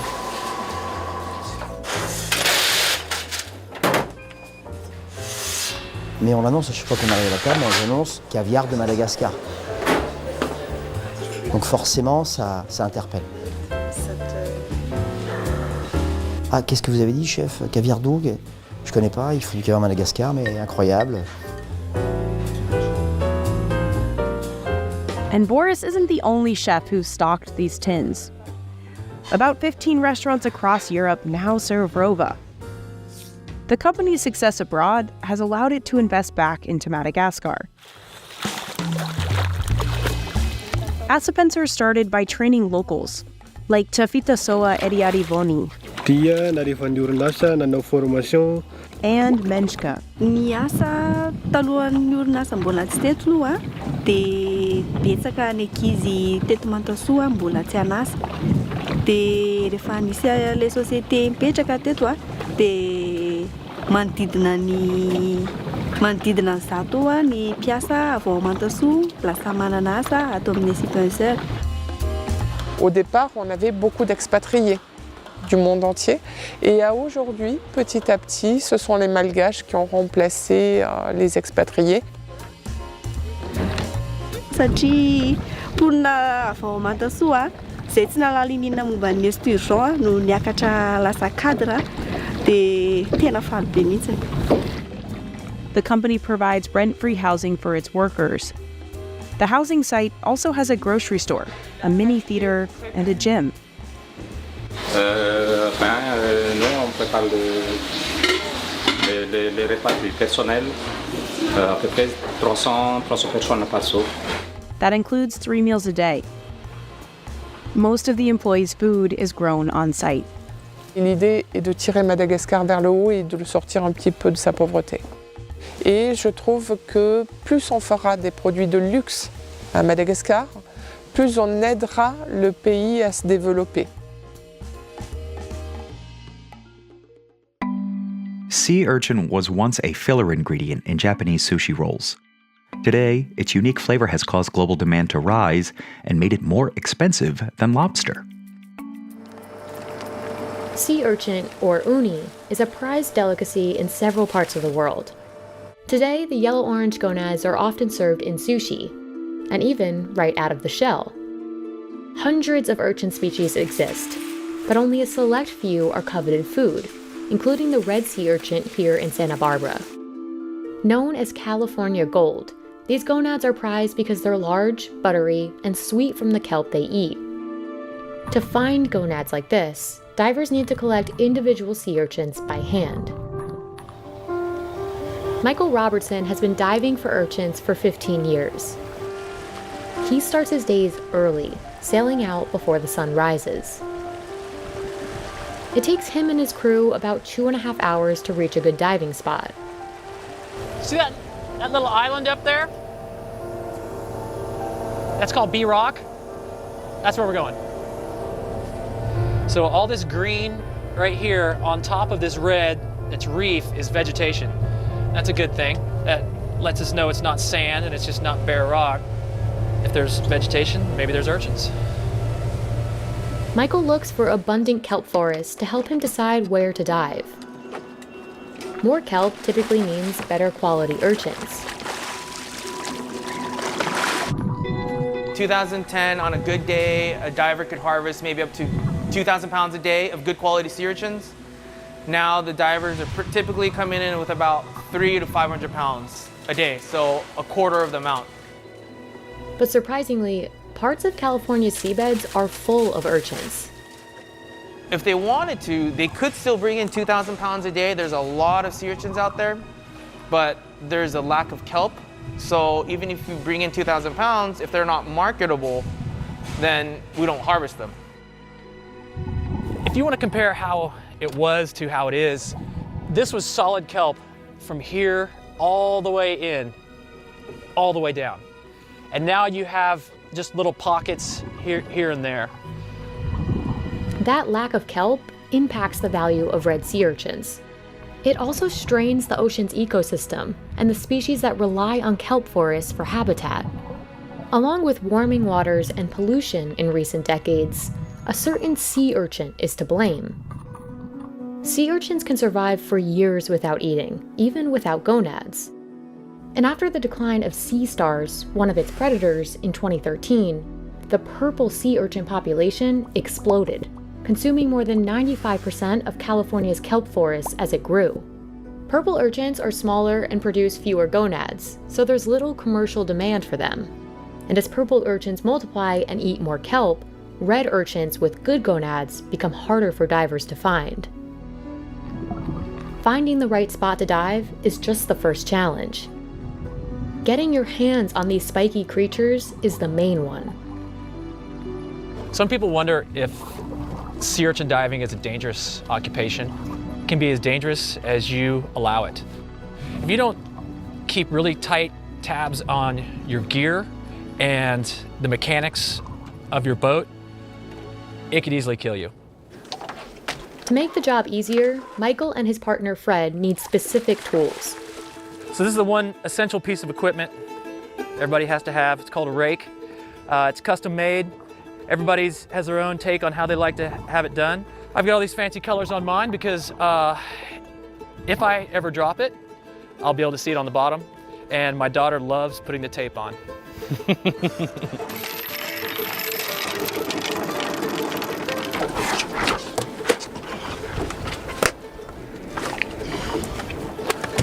Once they're suited up, Michael and Fred head to the bottom and begin collecting urchins one by one.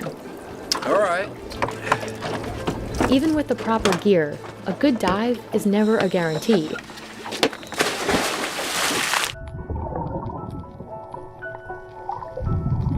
Typically, there are only about 5 gonads inside each urchin. And without enough kelp for the urchins to feed on, the gonads start to shrivel up. In some cases, an urchin will be totally empty inside. We do crack urchins on the bottom so that we can see what we're picking, if there's enough product inside, and what the color's like inside. To make things more challenging, Michael can only harvest urchins at least 3 1/4 inches in size. You can't just go out and pick empty urchins. So there's a lot more empty urchins than there is beautiful, packed urchins that you want to sell. Depending on what they're eating, depends on the grade of the urchins. We got lucky on that one. Oh, right on. Sounds good. Okay, cool, man. See you on the inside there. Roger that.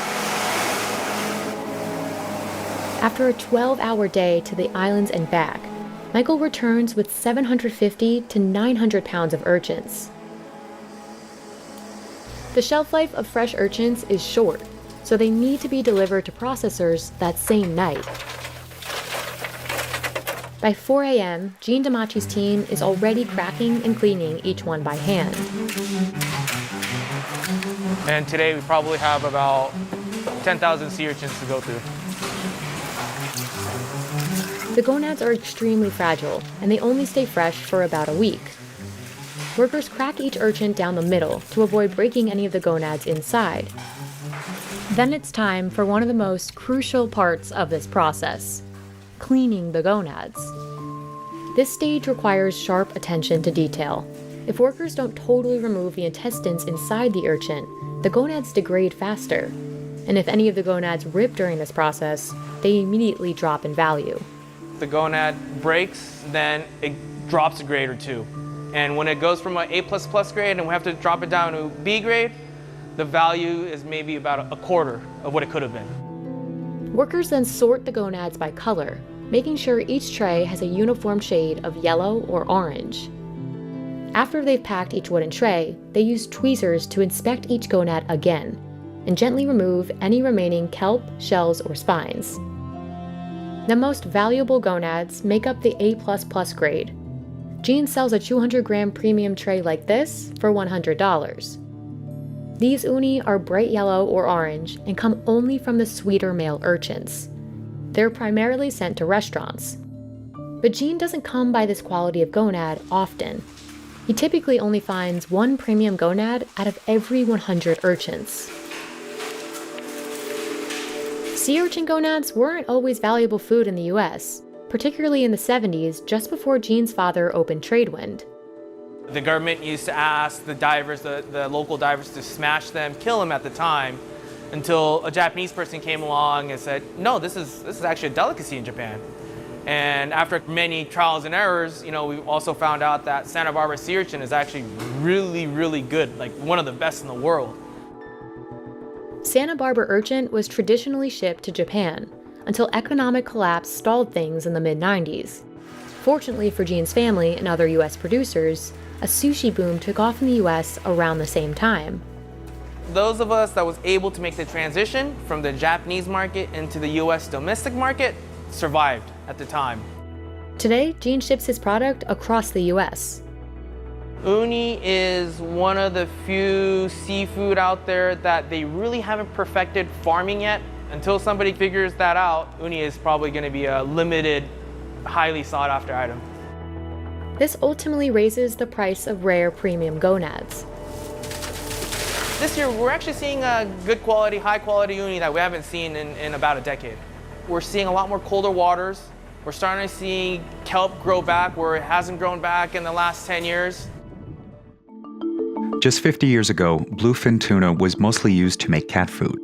But its popularity on the Japanese sushi market led to the massive fish selling for up to $3 million. This bluefin tuna is 363 pounds. It's known as the king of sushi in Japan for its color and texture. Some of the highest quality bluefin are auctioned for millions of dollars at the Toyosu market in Tokyo. At almost 4 million square feet, the market is a one-stop shop for fish from all over the world. Here, tuna is sliced, packaged, and sold to high-end clientele and grocery stores alike. But before it's sold, experts must first bid on the top-tier tuna, which can go for millions. In 2019, a Japanese restaurant chain paid over $3 million for a 612-pound tuna. And at the center of this action are expert tuna scouters like Takayuki Shinoda. He's a Naka Aroshi, or intermediate wholesaler. His job is to select the best tuna from around the world for his customers.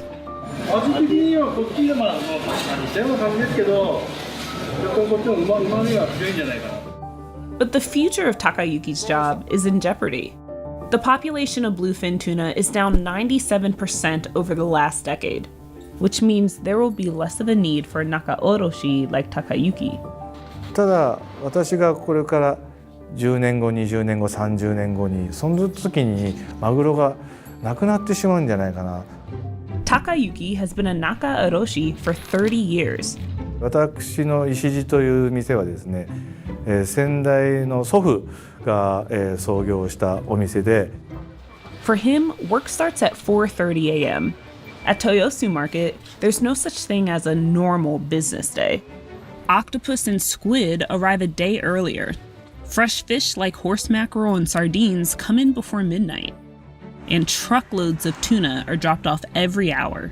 取扱量としては水産物は1日約1400トン弱、それから金額にすると14億程度ですね。That's almost $13 million. And tuna is the market's most popular product. Each day, the fish make their way from the boat decks to the auction floor. But it's more than just the type of tuna you find in a can. There's big eye tuna, ideal for sushi and sashimi, yellowfin tuna, perfect for grilling at restaurants due to its high fat content. But most bidders are here for the bluefin. Between 3 and 5 a.m., wholesale employees lay out tuna one by one. Bidders like Takayuki have about 15 minutes to evaluate dozens of fresh tuna before the auction begins. Sushi restaurants, supermarkets, and department stores all depend on Naka Oroshi like him. Takayuki looks at the quality and cost. 僕はですね、もう本当に見た目ですね、その一瞬のフィーリングというか直感を信じて、魚を選んでます。基本は、皆さんやってる通りのことがあって、まず尾っぽ、尻尾の部分が切れてるので、そこの断面、あと腹ってお腹の部分がですね、裂いてあるので、そこを見て腹の内側の部分をですね。Any sort of nick or flesh wound can lower the price by thousands of dollars. When tuna is reeled in, it can wriggle and writhe, causing a chemical reaction in the muscles. The movement speeds up decomposition and makes tuna sour, soggy, and less tasty. 品質が 100% のものが 30%、20% にまで落ちてしまうんですけど、そうなることが僕は一番の資源の無駄遣いだと考えてるんです。When the bell rings, the bidding begins. A range of hand signals known as teari are used to place bids, an index finger for 1 and 2 fingers for 2. But whether that's 1,100 yen a pound or 12,000 depends on the type of fish being auctioned. In just 10 minutes, the auction's over and winning bidders claim their prizes. 今日のマグロの競りの価格は、今日マグロ本体がですねそんなに大きくないんですよ。103キロっていうマグロだったんで、トータル金額にすると、軽自動車ぐらいの価格ですね。The tuna then makes its way from the auction floor to the intermediate wholesale building for filleting. Toyosu keeps the temperature between 50.9 and 77 degrees Fahrenheit to slow decomposition. Wholesalers also rely on a fleet of small trucks known as tare. They zip through winding corridors to minimize how long the fish are exposed to air. やっぱり魚がまず空気に触れることが、品質劣化のまず第一なんですね。それが空気に触れさせないようになるべく必要以上のものは下ろさない、さばかない。The Ishiji team works as a unit to move the heavy tuna onto the cutting table. To prepare the tuna for cutting, first they wash it, then remove the ice. 細かくやんないで、今みたいにそれでシューってやるのを何回かやった方がいいよ。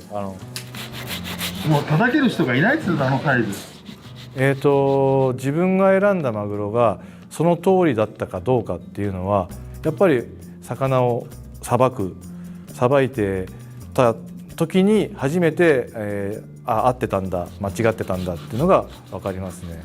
それまではやっぱり分からないので、すごく不安はあります、今でも。Most of Takayuki's high-end customers care about two things when it comes to raw bluefin tuna: color and taste.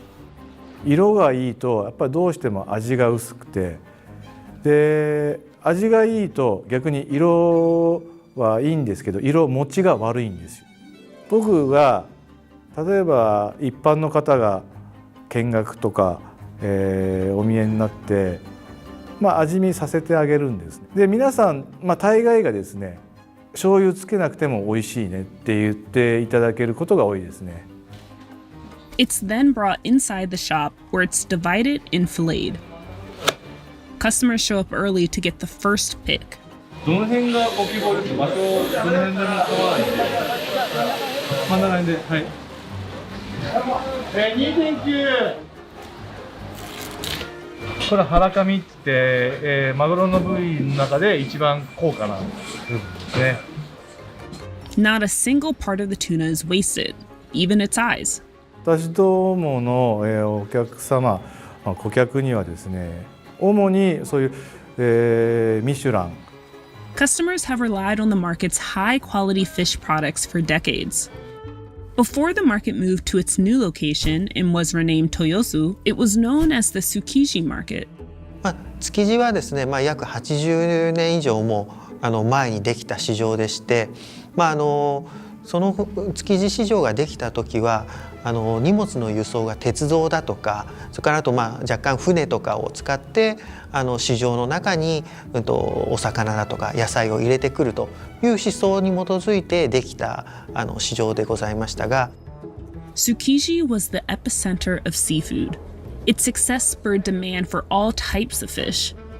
Fishing for bluefin tuna in the Western Atlantic rose by over 2,000% in 1970, but it was difficult for the market to keep up. その80年の間に施設自身も老朽化してきているということもございますし、それから築地についてはですね、屋根はあったんですけれども壁がなくてですね、あとそういう空調もですね入っていなかったということもあって、夏が暑くなっている時とかは商品の傷みが激しかったというようなところがございます。Meanwhile, Japanese tuna consumption was growing significantly. それに伴ってですね、やっぱりその漁獲量っていうのもおのずと上がってくるわけなんですが、やっぱあんだけの魚、魚体のものです。大きなものです。あそこに育つまでに何年もかかるわけですよ。それをここ数年でですね、どんどん取っていってしまったら、やっぱり数量は減ってしまうし、これからですね、どれぐらいそれが継続できるのかっていうのはすごく不安があります。Japan has since placed a quota on the number of bluefin tuna caught, but it's a double-edged sword for wholesalers like Takayuki. それはもう実際の毎日日々の生活はすごく苦しいです。それで漁獲枠が決まってしまったので、魚がその場所にいてももう取れなくなるんで、豊洲に入ってこないんですよ。これは長い目で見ればこの方がいいんだって自分にふうに思ってますし、最後までマグロ屋でいたいですね。死ぬまで。Texas barbecue began in the 19th century as a way for butchers to use up cheap, unsold cuts of meat. But barbecue's commercialization in the late 20th century, along with the inflation of meat prices, led to barbecued cuts of brisket costing over $30 a pound. Welcome to Austin. We're going to 4 of the best barbecue spots in Austin, Texas. Now, what do you think we will be doing to measure the bestness of said barbecue? On this trip, we're looking at 3 main things when we're talking about barbecue. All right. We're looking for bark. Yep. We're looking for tenderness. Definitely. And we're looking for juiciness. Yo. So, there are a lot of things that go into barbecue, but those are the 3 main things we're looking at. And we're going to be trying brisket, Definitely. obviously. Yep. We're trying the ribs. Ooh, ribs. And the sausage, which is my favorite. All right, maybe get a little coleslaw or potato salad or beans in the mix, please. Mac and cheese, maybe. All right, we're going to Louis Miller first, so let's go. Let's do it. I thought you said go this way. Louis Miller has been smoking some of the best barbecue in Texas since 1949. Located in Taylor, Texas, many people refer to it as the Cathedral of Smoke.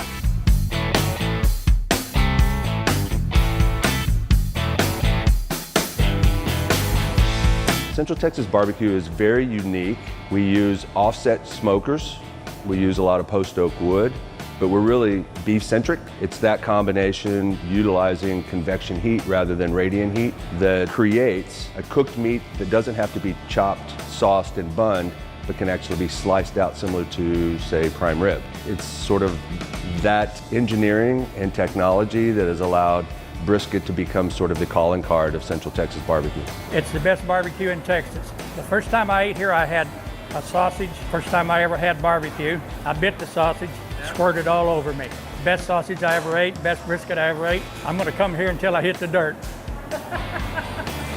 You get all that? What makes great barbecue? Great food, great atmosphere, great service. As soon as you walk in, not only are the optics there, but your sense of smell is being overwhelmed by smoke, different types of fats that are being cooked, rendered, and emanating from our pits. For our small Central Texas meat market tradition, it's really about the beef, it's about the smoke, it's about the simple seasoning, and it's about the love that goes into it. Everyone says it's like their dad's favorite. It's like old school, classic Texas style barbecue. I just want to get in the meat. When he's talking with the interview, all this meat just salt and pepper, right? Yep. I'll go pre-sauce. Yeah, I'm gonna go no sauce because that's just the way it should be. It's amazing how much flavor just the salt and the pepper can bring out of this meat. It's like brisket candy, almost. Yeah. The sausage, I am so excited for. I love beef sausage. Whoa. Sausage is the sleeper of barbecue. People need to realize it's not grocery store sausage, it's far from it. Yeah. It's amazing. The casing has this really nice snap to it. Yeah. And that's like what I look for in sausage specifically. Like, you're gonna get food all over your shirt. No, during I'm this. not. Yes, you No, are. I'm not. One thing we discovered is that Louis Miller is one of the few places that serves beef ribs every single day. Yeah, most places only serve them on the weekends. Look at this. How beautiful does that look? That looks so tender. It's so soft. And like, I know I'm not supposed to play with my food, but how can you resist? It's too big of a piece. Oh well. Do you see the beauty and the majesty that's involved in this process? I'm obsessed with barbecue. This is stop number 1, and I don't know how we're gonna top this. Can't imagine the other brisket being better than this. Should we have some potato salad for dessert? Yeah. Another day, another barbecue joint. This time, it's Micklethwait Craft Meats, right in the heart of Austin. All right, we are on our way to Micklethwait. Micklethwait. Micklethwait. There is an H, but it's Micklethwait. It's completely outdoors. Uh-huh. It's kind of hot. Hot as hell. Yeah, but some say it is the sleeper hit best BBQ in Austin, so we have to go. Yep, ready to do it. Cruise in the back. Yep. You guys hungry? Yeah. We're here because our friends brought us here to celebrate my birthday. This is tremendous. It's incredible. It's so good. So good. I'm not sure Sydney and I were ready for the heat when we got to the trailer. I'm like sweating more. The meat sweats are happening. Yeah. Just hand me a napkin, please. Do a little dab. It's a schwitz. You just sweat it. It gets hot in the pit, 130 degrees in the summer in there, so Texas summer, get used to it. I think the defining thing that I really believe you cannot have good barbecue without is cooking with wood. To me, that's like the one thing, is if you say you're not cooking with wood, then it's probably not, I don't think it's gonna be good. Obviously, Tom and his team use post oak for their barbecue. And while they have the standard brisket, ribs, and sausage, they also have a lot more.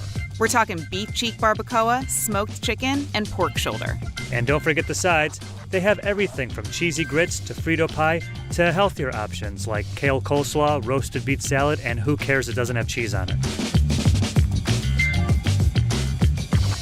Okay. That's it. Let's start with brisket. And what's funny about the brisket that I've noticed is that you really don't even need a fork. It just kind of like falls apart. Do you see? Oh, wow, look at that. Yeah. Wow. Whoa. It's so tender. You know what I like about it is that it's not like it's not super salty. The bark is perfectly seasoned. It's so subtle that the fattiness of the meat that's melted all together just gives like this creamier taste. Sausage? Yes. Okay, there's 2 kinds. Which one do you want to do? Tex check. What's that? I think it's like a mix of beef and pork. Okay. It's a mix of beef and pork. Whoa. Great Snap casing. on that. Yeah. Snap on that casing. Snap's amazing. I like the mix of beef and pork, honestly. Adds Yeah. extra flavor. Absolutely. Okay, so these are pork ribs. I know normally do beef. Yeah. But they have the pork ones, and like I can't like stop looking at them. Like every time I look, I'm just like, my mind is like ribs right there. I'll take this one because I was touching it before. Perfect, thank you. Thanks for being super considerate. So tender, so much flavor. I know that everyone gets the beef rib, but I love pork spare ribs. They're so good. These are terrific. Add a sauce in it.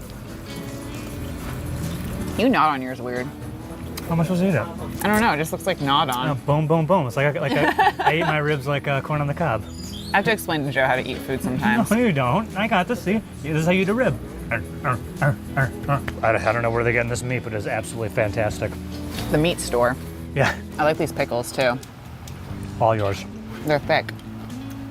We actually about to go to the Franklin one, but the Uber driver just told us like here's awesome, and then he just brought us here, and then we really enjoy it. Well, that is the perfect segue into our next spot, Franklin Barbecue. The restaurant is legendary for its lines, which can last for over 3 hours.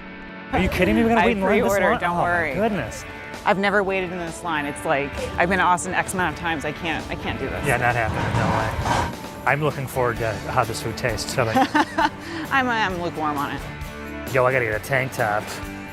You're flying? Are you taking it to the airport? Oh yeah. Oh my God. Yeah, I'm bringing it to my team back in Seattle, Washington. Wow. The most delicious rib, literally falling off the bone, as you can see. It's definitely worth it. We should have brought beer. Yeah, we should have. I don't know, maybe it's like a Texas thing or an Austin thing, but they're like tailgating, waiting for barbecue. Yeah, I mean, I think that's the whole thing, right? It's like you know you're gonna wait, so you might as well bring some beers and hang out and like make it fun. All right, after all that waiting, we finally got our food. But there was just one problem. So you can't eat the to-go orders at Franklin's, apparently. But you can eat them in your hotel pool. Yes. We think. This is like the most legendary barbecue in Austin, I think. I mean, I didn't want to like it. Yeah. You know? With all the waiting, totally coming into this with a negative attitude, like, oh, you think you're so great because everyone's waiting in line? Let's see how great it is. That is great. It is. It's just the right amount of everything, the right amount of fat, the right amount of bark. It's amazing. I gotta go for Let's a rib. rib it up. I mean, these ribs. Whoa. That's really flavorful. It's perfectly tender. It's falling apart, but it's not like sopping wet. Mm-hmm. It tastes rich somehow. Uh-oh. Ah! Bees. Thank you. Thank you, Franklin's. Moving on to the sausages. These are the most like smoky looking sausages I think we've seen, honestly. The rest of them have been... I'm putting that in the end. I've heard of a beehive hairdo, but this is ridiculous. You have barbecue sauce on your face. So what? You have bees in your hair. It looks like more like beef jerky than it does a sausage, you know? Not to be putting anything down right now, but of the sausages we've had, that isn't my favorite. I like the snap to it. If I don't want to say dry, but it's like a little tough. It's got a very distinct flavor. It's unlike the other brisket we've had, and I think that if you were to put it in a lineup with some other food, like you would know. How jiggly that is. Killing it. Yeah, dude. Good call, this one. Hey, you want to go jump in the pool? Yeah, go for it. Finally, it's over to Leroy and Lewis for some less traditional smoked meats. They stand out among barbecue spots in Austin by serving pulled pork with crispy chicharron and adding kimchi alongside brisket. It's really juicy, really tender. Love the way they cook it. Their sides are really awesome. I mean, I feel like barbecue is like one of those like sacred things, but they're trying to do new stuff with it. Growing up in Texas, and Central Texas specifically, barbecue is a big thing. I eat a lot of barbecue. I like barbecue a lot. I want to eat it as much as I can. And I want to feel good about the stuff I'm eating, the ranches I'm supporting. We do that with our business. We buy everything from Texas, from local, sustainable ranches, and just try to really push the boundaries on what we can call barbecue. Often, sourcing sustainably means not always having standard barbecue staples on the menu, but that just keeps things interesting for Evan and his team. Without even looking at the menu, they'll just order brisket and ribs and jalapeno cheese sausage and coleslaw and potato salad and beans and all this stuff we don't have. But as soon as we carve them off a little piece of the beef cheek, as soon as we give them a little piece of that pulled hog with the crispy skin on it, they're in, man, they're in. We do not have ribs here. They don't have ribs? No ribs. Why not? They only source from local farms and places that raise meat sustainably, and perhaps they can't get the ribs they want. Fair enough. Yeah. Fair enough. I mean, I appreciate that. I respect that. Good It's for them. 2019. I think the break from tradition for maybe the younger generation is exciting. What do you want to do first? Brisket? Brisket, yeah. Okay. Whoa. Wow. I can already notice the difference in the texture of this brisket than the other ones that we've had, especially the bark is the crispiest maybe, which I love. The fat is not as distinct on one part or the other. I feel like it's got like a nice marbling and like fattiness all the way through. And what is this? This is the beef cheek. Should we try that? Yeah, let's do some cheek. All right. Let's work together. Yes, thank you. Whoa. Whoa. That's incredible. I've noticed that all of these meats, the best meats we've had, have somehow been like defying physics, where they've been really juicy and really tender, yet really put together, and just like not falling apart, not sloppy. No clue in how they do it, but. Well, I think the key is that you have to let it rest, and that lets the juices kind of like fall back into the meat. Because if you slice something open right when it's finished cooking, all that juice just falls right out. Yeah. So resting is key. That's why you see everybody wrapping the meats, and then they unwrap them and slice for service. I want to try the sausage. Yeah, me too. Oh man, the snap. The snap. You're so right. You're so on the money with sausage having to have like that really good snap. This is almost like crispy snap. It's not like bounce back, it's like crunch. You know what we're missing out on is this kimchi. I've never had kimchi with barbecue. I love the pickles and the kimchi. Like cuts through the richness of what's going on this plate. Let's talk about this pork because the skin, like. That wasn't a crispy skin. That's crunchy. I love this pork so much because I'm so sick of eating beef. And now it's time to determine the best of the best. You know, we've had a lot of really delicious barbecue. I am full of barbecue. I'm sweating from the meat. And today... And the insane humidity that's out here. Yeah, It's so hot. The humidity too. You gotta pick. Let's do it. Let's go. I can see your thing. Hide it. 3. Ready? 2. 1. Whoa! Wow! I can't believe it. Is that an X or a T? T. It's good. I'm going off the board. And I'm pretty sure I spelled that wrong. Sorry, Mickle Waits. Okay, you know what? This is my number 2. Really? Yes. I mean, look, This is OG. It was so good. The brisket was great. They had the beef rib every day. The beef rib. Nobody else does that. They all only do it on the weekend. All right. I respect the beef rib every day of the week. Right. Everything about that place just screamed perfect Texas barbecue to me.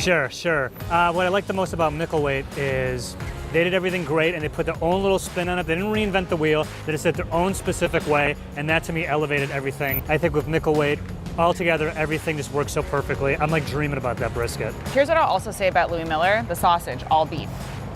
Yeah, good point. Everything had its own great element, but I think overall, Louis Miller, all beef, Texas, best barbecue. So I'm gonna go ahead and fold and waffle and say that Louis Miller was the best barbecue in Austin, Texas. Look, Micklethwait's great, yeah. Franklin's is great, Leroy and Lewis is great. They're all delicious, but I think this is the best. I'm a city slicker. I'll say whatever it takes to get out of a sticky situation. All right, well, let's go to the airport. Okay, bye. Quinoa has been a staple food for South Americans for centuries. But as awareness of its nutritional qualities spread around the world, its price soared. Today, the farmers who grow it can't afford to eat it. While different varieties of quinoa now grow all over the world, Royal Quinoa only grows in southern Bolivia, near the Salar de Uyuni salt desert. It grows larger than other quinoas, and it's considered to be even more nutritious.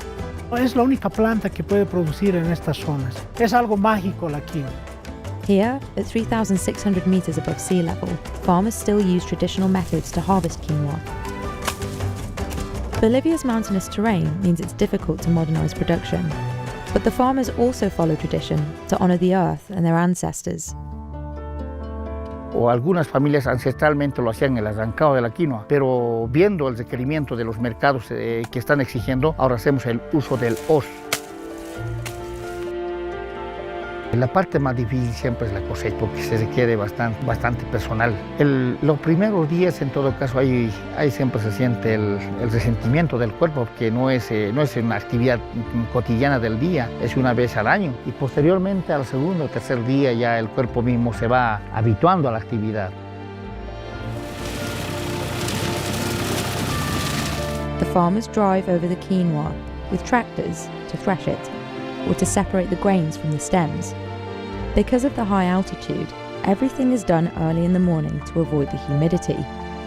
After the threshing, the quinoa is taken to be sifted, which removes any remaining stems. This usually takes place in the afternoon and depends on wind conditions.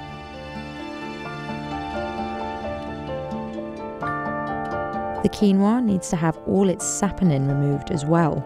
Saponin is a bitter-tasting chemical that protects the outer shell of quinoa seeds from pests and disease.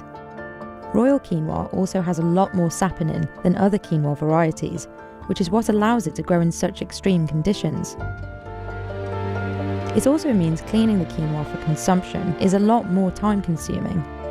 The saponin has to be either thoroughly washed off or removed via special machines that won't damage the grains. And then, it's time for the grains to be separated for processing. While some of this is done by machine, many parts can still only be done by hand. This intense process drives up labor costs. Esta inspección en laboratorio de control de procesos es a mano. Hasta ahora no se ha inventado ninguna máquina que pueda separar este tipo de impurezas, como la paja, como el cuarzo, como la piedra. Por eso tenemos que hacer un uso intensivo de la vista y de la mano, ¿no? Por eso es muy costoso, pero nosotros aseguramos así que la quinoa real sea la mejor en el mundo. En Hatcha Inti recibimos aproximadamente entre 30 a 40 lotes mensuales, los cuales son procesados en esta planta. Estamos hablando de aproximadamente unos 1,000 toneladas al mes. Because Royal Quinoa production happens on a relatively small scale, when global demand for quinoa first started ramping up in 2006, prices skyrocketed. In just 5 years, Royal Quinoa tripled in price on the international market, hitting $3,200 per metric ton. The coloured varieties of Royal Quinoa are even more expensive. Red Royal Quinoa has sold for around $4,500 a metric ton, and Black Royal Quinoa nearly twice that. The UN even declared 2013 the Year of Quinoa to celebrate its health benefits and growing popularity, which only increased worldwide demand for it. many Bolivians moved back to their rural hometowns to grow quinoa to take advantage of the profitable crop. In just 6 years, Bolivia's quinoa fields more than doubled in size, and many farmers stopped following the traditional method of allowing the land to rest every other year. The profits from Royal Quinoa were life-changing. People were able to build new houses and send their kids to school. Quinoa's hefty price tag, however, meant some Bolivians could no longer afford to eat it.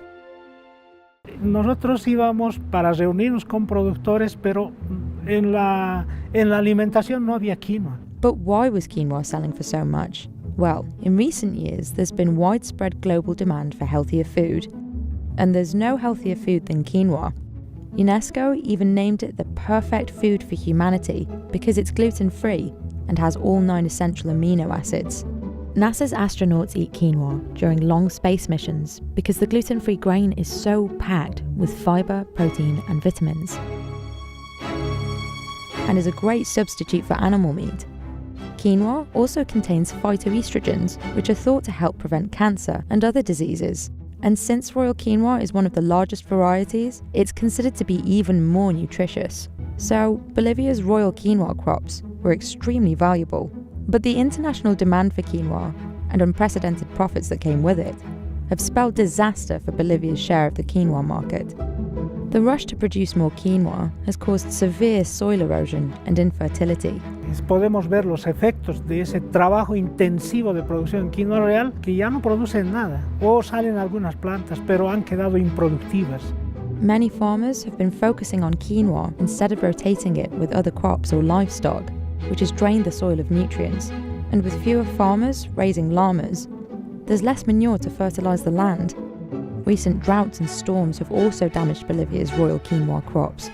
El año pasado la cosecha ya fue mermada por principalmente la sequía. Fue un mal año. Este año tuvimos el fenómeno de la Niña. Inicialmente una sequía donde necesitaba la planta poder desarrollarse en sus primeras etapas. Posteriormente se presentó lluvias permanentes. No permitieron que la quinoa pueda desarrollar naturalmente, porque la quinoa no requiere de mucha agua. So production is down, and the quinoa plants themselves are much smaller than usual. And despite the high demands and low supply, prices have been falling. Lo que pasa es que si bien hubo muy baja producción, la expectativa del productor es que los precios puedan subir. Pero no ocurre eso porque el mercado no lo manejamos. Ahora el mercado tiene mucha quinoa, entonces van a tener que alinearse a los precios competitivos que se tienen. Other countries growing quinoa have more modern technology than Bolivia, so their crops haven't been as affected by weather conditions. Peru has taken Bolivia's spot as the world's top producer of quinoa, and even though Peru does not grow Royal Quinoa, and in fact no other country in the world can, most consumers aren't aware of the difference. The price of Royal Quinoa has dropped from $294 per 100 kilograms to just $83. Bolivia went from exporting 30,000 metric tons of quinoa in 2014 for $200 million to 33,000 metric tons for $81 million in 2018.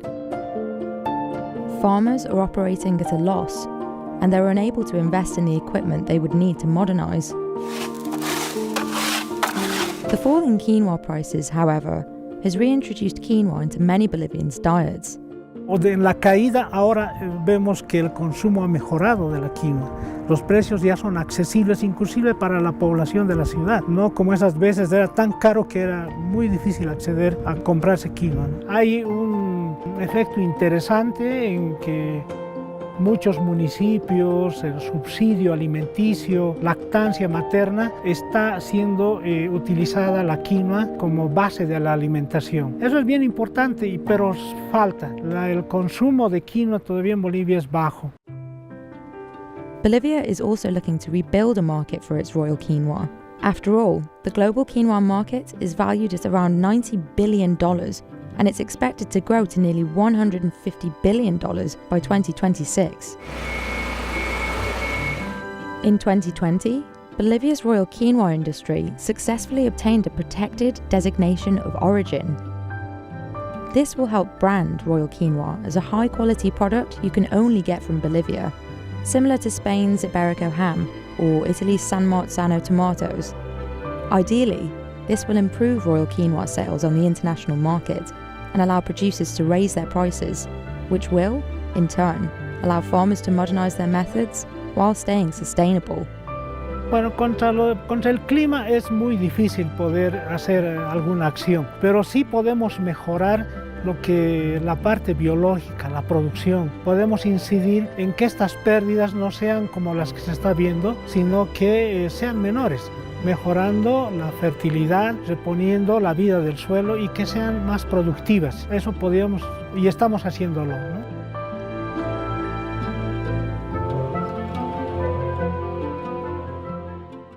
Japan's Wagyu beef wasn't always synonymous with luxury dining.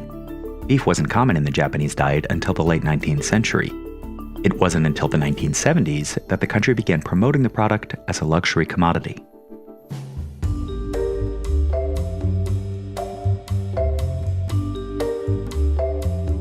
これが伊藤牧場の、サーロインです。月齢は、40ヶ月のサーロインですので。 Hiroki Ito is a third-generation Matsusaka Wagyu farmer. On his farm in Tsu, Mie Prefecture, you will find only virgin female cows. It's the primary requirement for any of the 80 Matsusaka Wagyu farms here in the Mie Prefecture. オスよりもメスの方が、味も美味しいですし、柔らかさもメスの方が柔らかいです。匂いでいうと香りがいいですし、味でいうと甘い味ですし、柔らかさでいうと口の中に入れたらとろけると。Matsusaka beef has long been praised for its extremely low melting point, which is half that of other types of Wagyu. This means that when cooking, the fat melts in a shorter time. 融点が低いのでちょっと溶けてきていますけど、この融点もこの指で触ると分かるようにこうスッとへっこんでいきますね。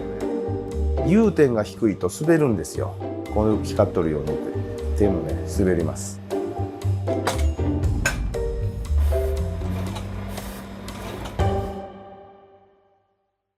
To reach this intense marbling, old generations of farmers like Hideo, Hiroki's dad, used to feed cows with beer.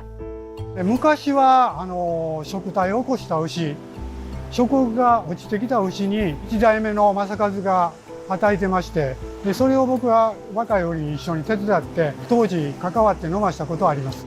普通の一般の元は昔はキリンビールとかそういうので普通一般的な銘柄はありません。僕が宿農しましたのが25歳の時でございますから、今73歳でございます。誰がビールを飲ましとるっていうのは、まず私は今はもうなくなったと思ってるんですけど。Although there's no evidence that this practice increases a cow's appetite, many associate Matsusaka Wagyu with it. The fact that Matsusaka has kept a relatively low profile internationally has almost transformed this practice into a legend. やっぱりそんなに好きじゃなさそうだったんですけど、どうなんですか？口から飲むっていうのを強制的にやっとるもんで、多分飲んでからあとはほろほろ酔いながら食欲増してると思います。Hiroki doesn't practice this anymore. Instead, he has perfected the feed and is practicing circular agriculture. そしてそこから取れたお米から取れる稲わらです。胃の中を整える役割で最初にこのわらは食べさせます。この後、濃厚飼料を与えます。ふすま麦、大豆かす、トウモロコシと配合されていまして、そして濃厚飼料は肉をつけるためですね。牛を大きくするのに与えるのが濃厚飼料です。The cost of feed is an important factor that drives the prices up. To reach that soft marbling, Matsusaka cows need to eat a lot. They also need to eat for a much longer time than other cows. 1.5倍ぐらいはかかっています。Matsusaka cows are raised for 30 to 32 months, 6 months longer than other Japanese black cattle. Everything adds up over time for Hiroki. The costs of feeding, temperature control, air circulation, and cleaning the enclosures regularly to avoid flies. 100万で子牛を仕入れたら、そこから肥育で100万円経費がかかりますので、200万円かかっているということになります。Farmers here call this raising period fattening. For the first 3 to 4 months, cattle eat grass to develop a strong digestive system. This is called the belly creation period. Then comes the finishing period, where cattle gradually switch to concentrated feed and rice straw to fatten up. Hiroki is now experimenting with even longer periods of fattening, raising his cattle from 35 up to 40 months. But raising cows for such a long time can also be dangerous for Hiroki, as a cow could get sick and die. その長期肥育をしている間に当然牛の寿命というのがありますから、肥育期間が長いと当然人間でも一緒ですが、病気になったり、食欲不振になったり、あと体幹の温度が感じにくくなったりと。で、やっぱり長期肥育というのはいろんな面で、体に負担がかかってしまいます。A cow at the end of its fattening period is a true treasure. Every year, Matsusaka cows get auctioned off and one gets crowned Queen of Matsusaka. While the highest ever price for one of these cows was 50 million yen in 2002, this auction has never really seen a low price, averaging around 20 million yen. Events like the auction have also fostered another legend, that farmers in Matsusaka massage their cows with alcohol. This time, it is not to improve their appetite, but their appearance. うちはその生体の予選会で通った牛だけやります。生体の外から見る優勝を競う牛については必ずそういう掃除をしてきれいに出さなあかんっていうことやもんで、けどもうちの牧場は清めとしてやり、はい、こするとこういう形になってド派手に見せたいもの。ビールよかはやられてる方の方が多いと思います。It's not just adult cows that cost a lot. Calves can be very expensive. この子牛は、約100万ぐらいです。Hiroki doesn't raise his cattle from birth. At 10 months old, calves are also sold at auctions throughout Japan. Hiroki spends almost half of his time at work buying calves, and he's very demanding. まずは、顔を見ます。そして額が広い眉間といいますかね、額が広い牛は口が大きいので餌も食い込みもいいということで、あと角も綺麗な角を整っとる牛をまず見まして、その次に後ろから、お尻の方を見て尻尾の上がり下がりとか、体格とか、全体的にしっかりした肥育できる牛を選びます。もうこの子牛は抜群に最高級の BMS12 がもう私の中ではもう確定しています。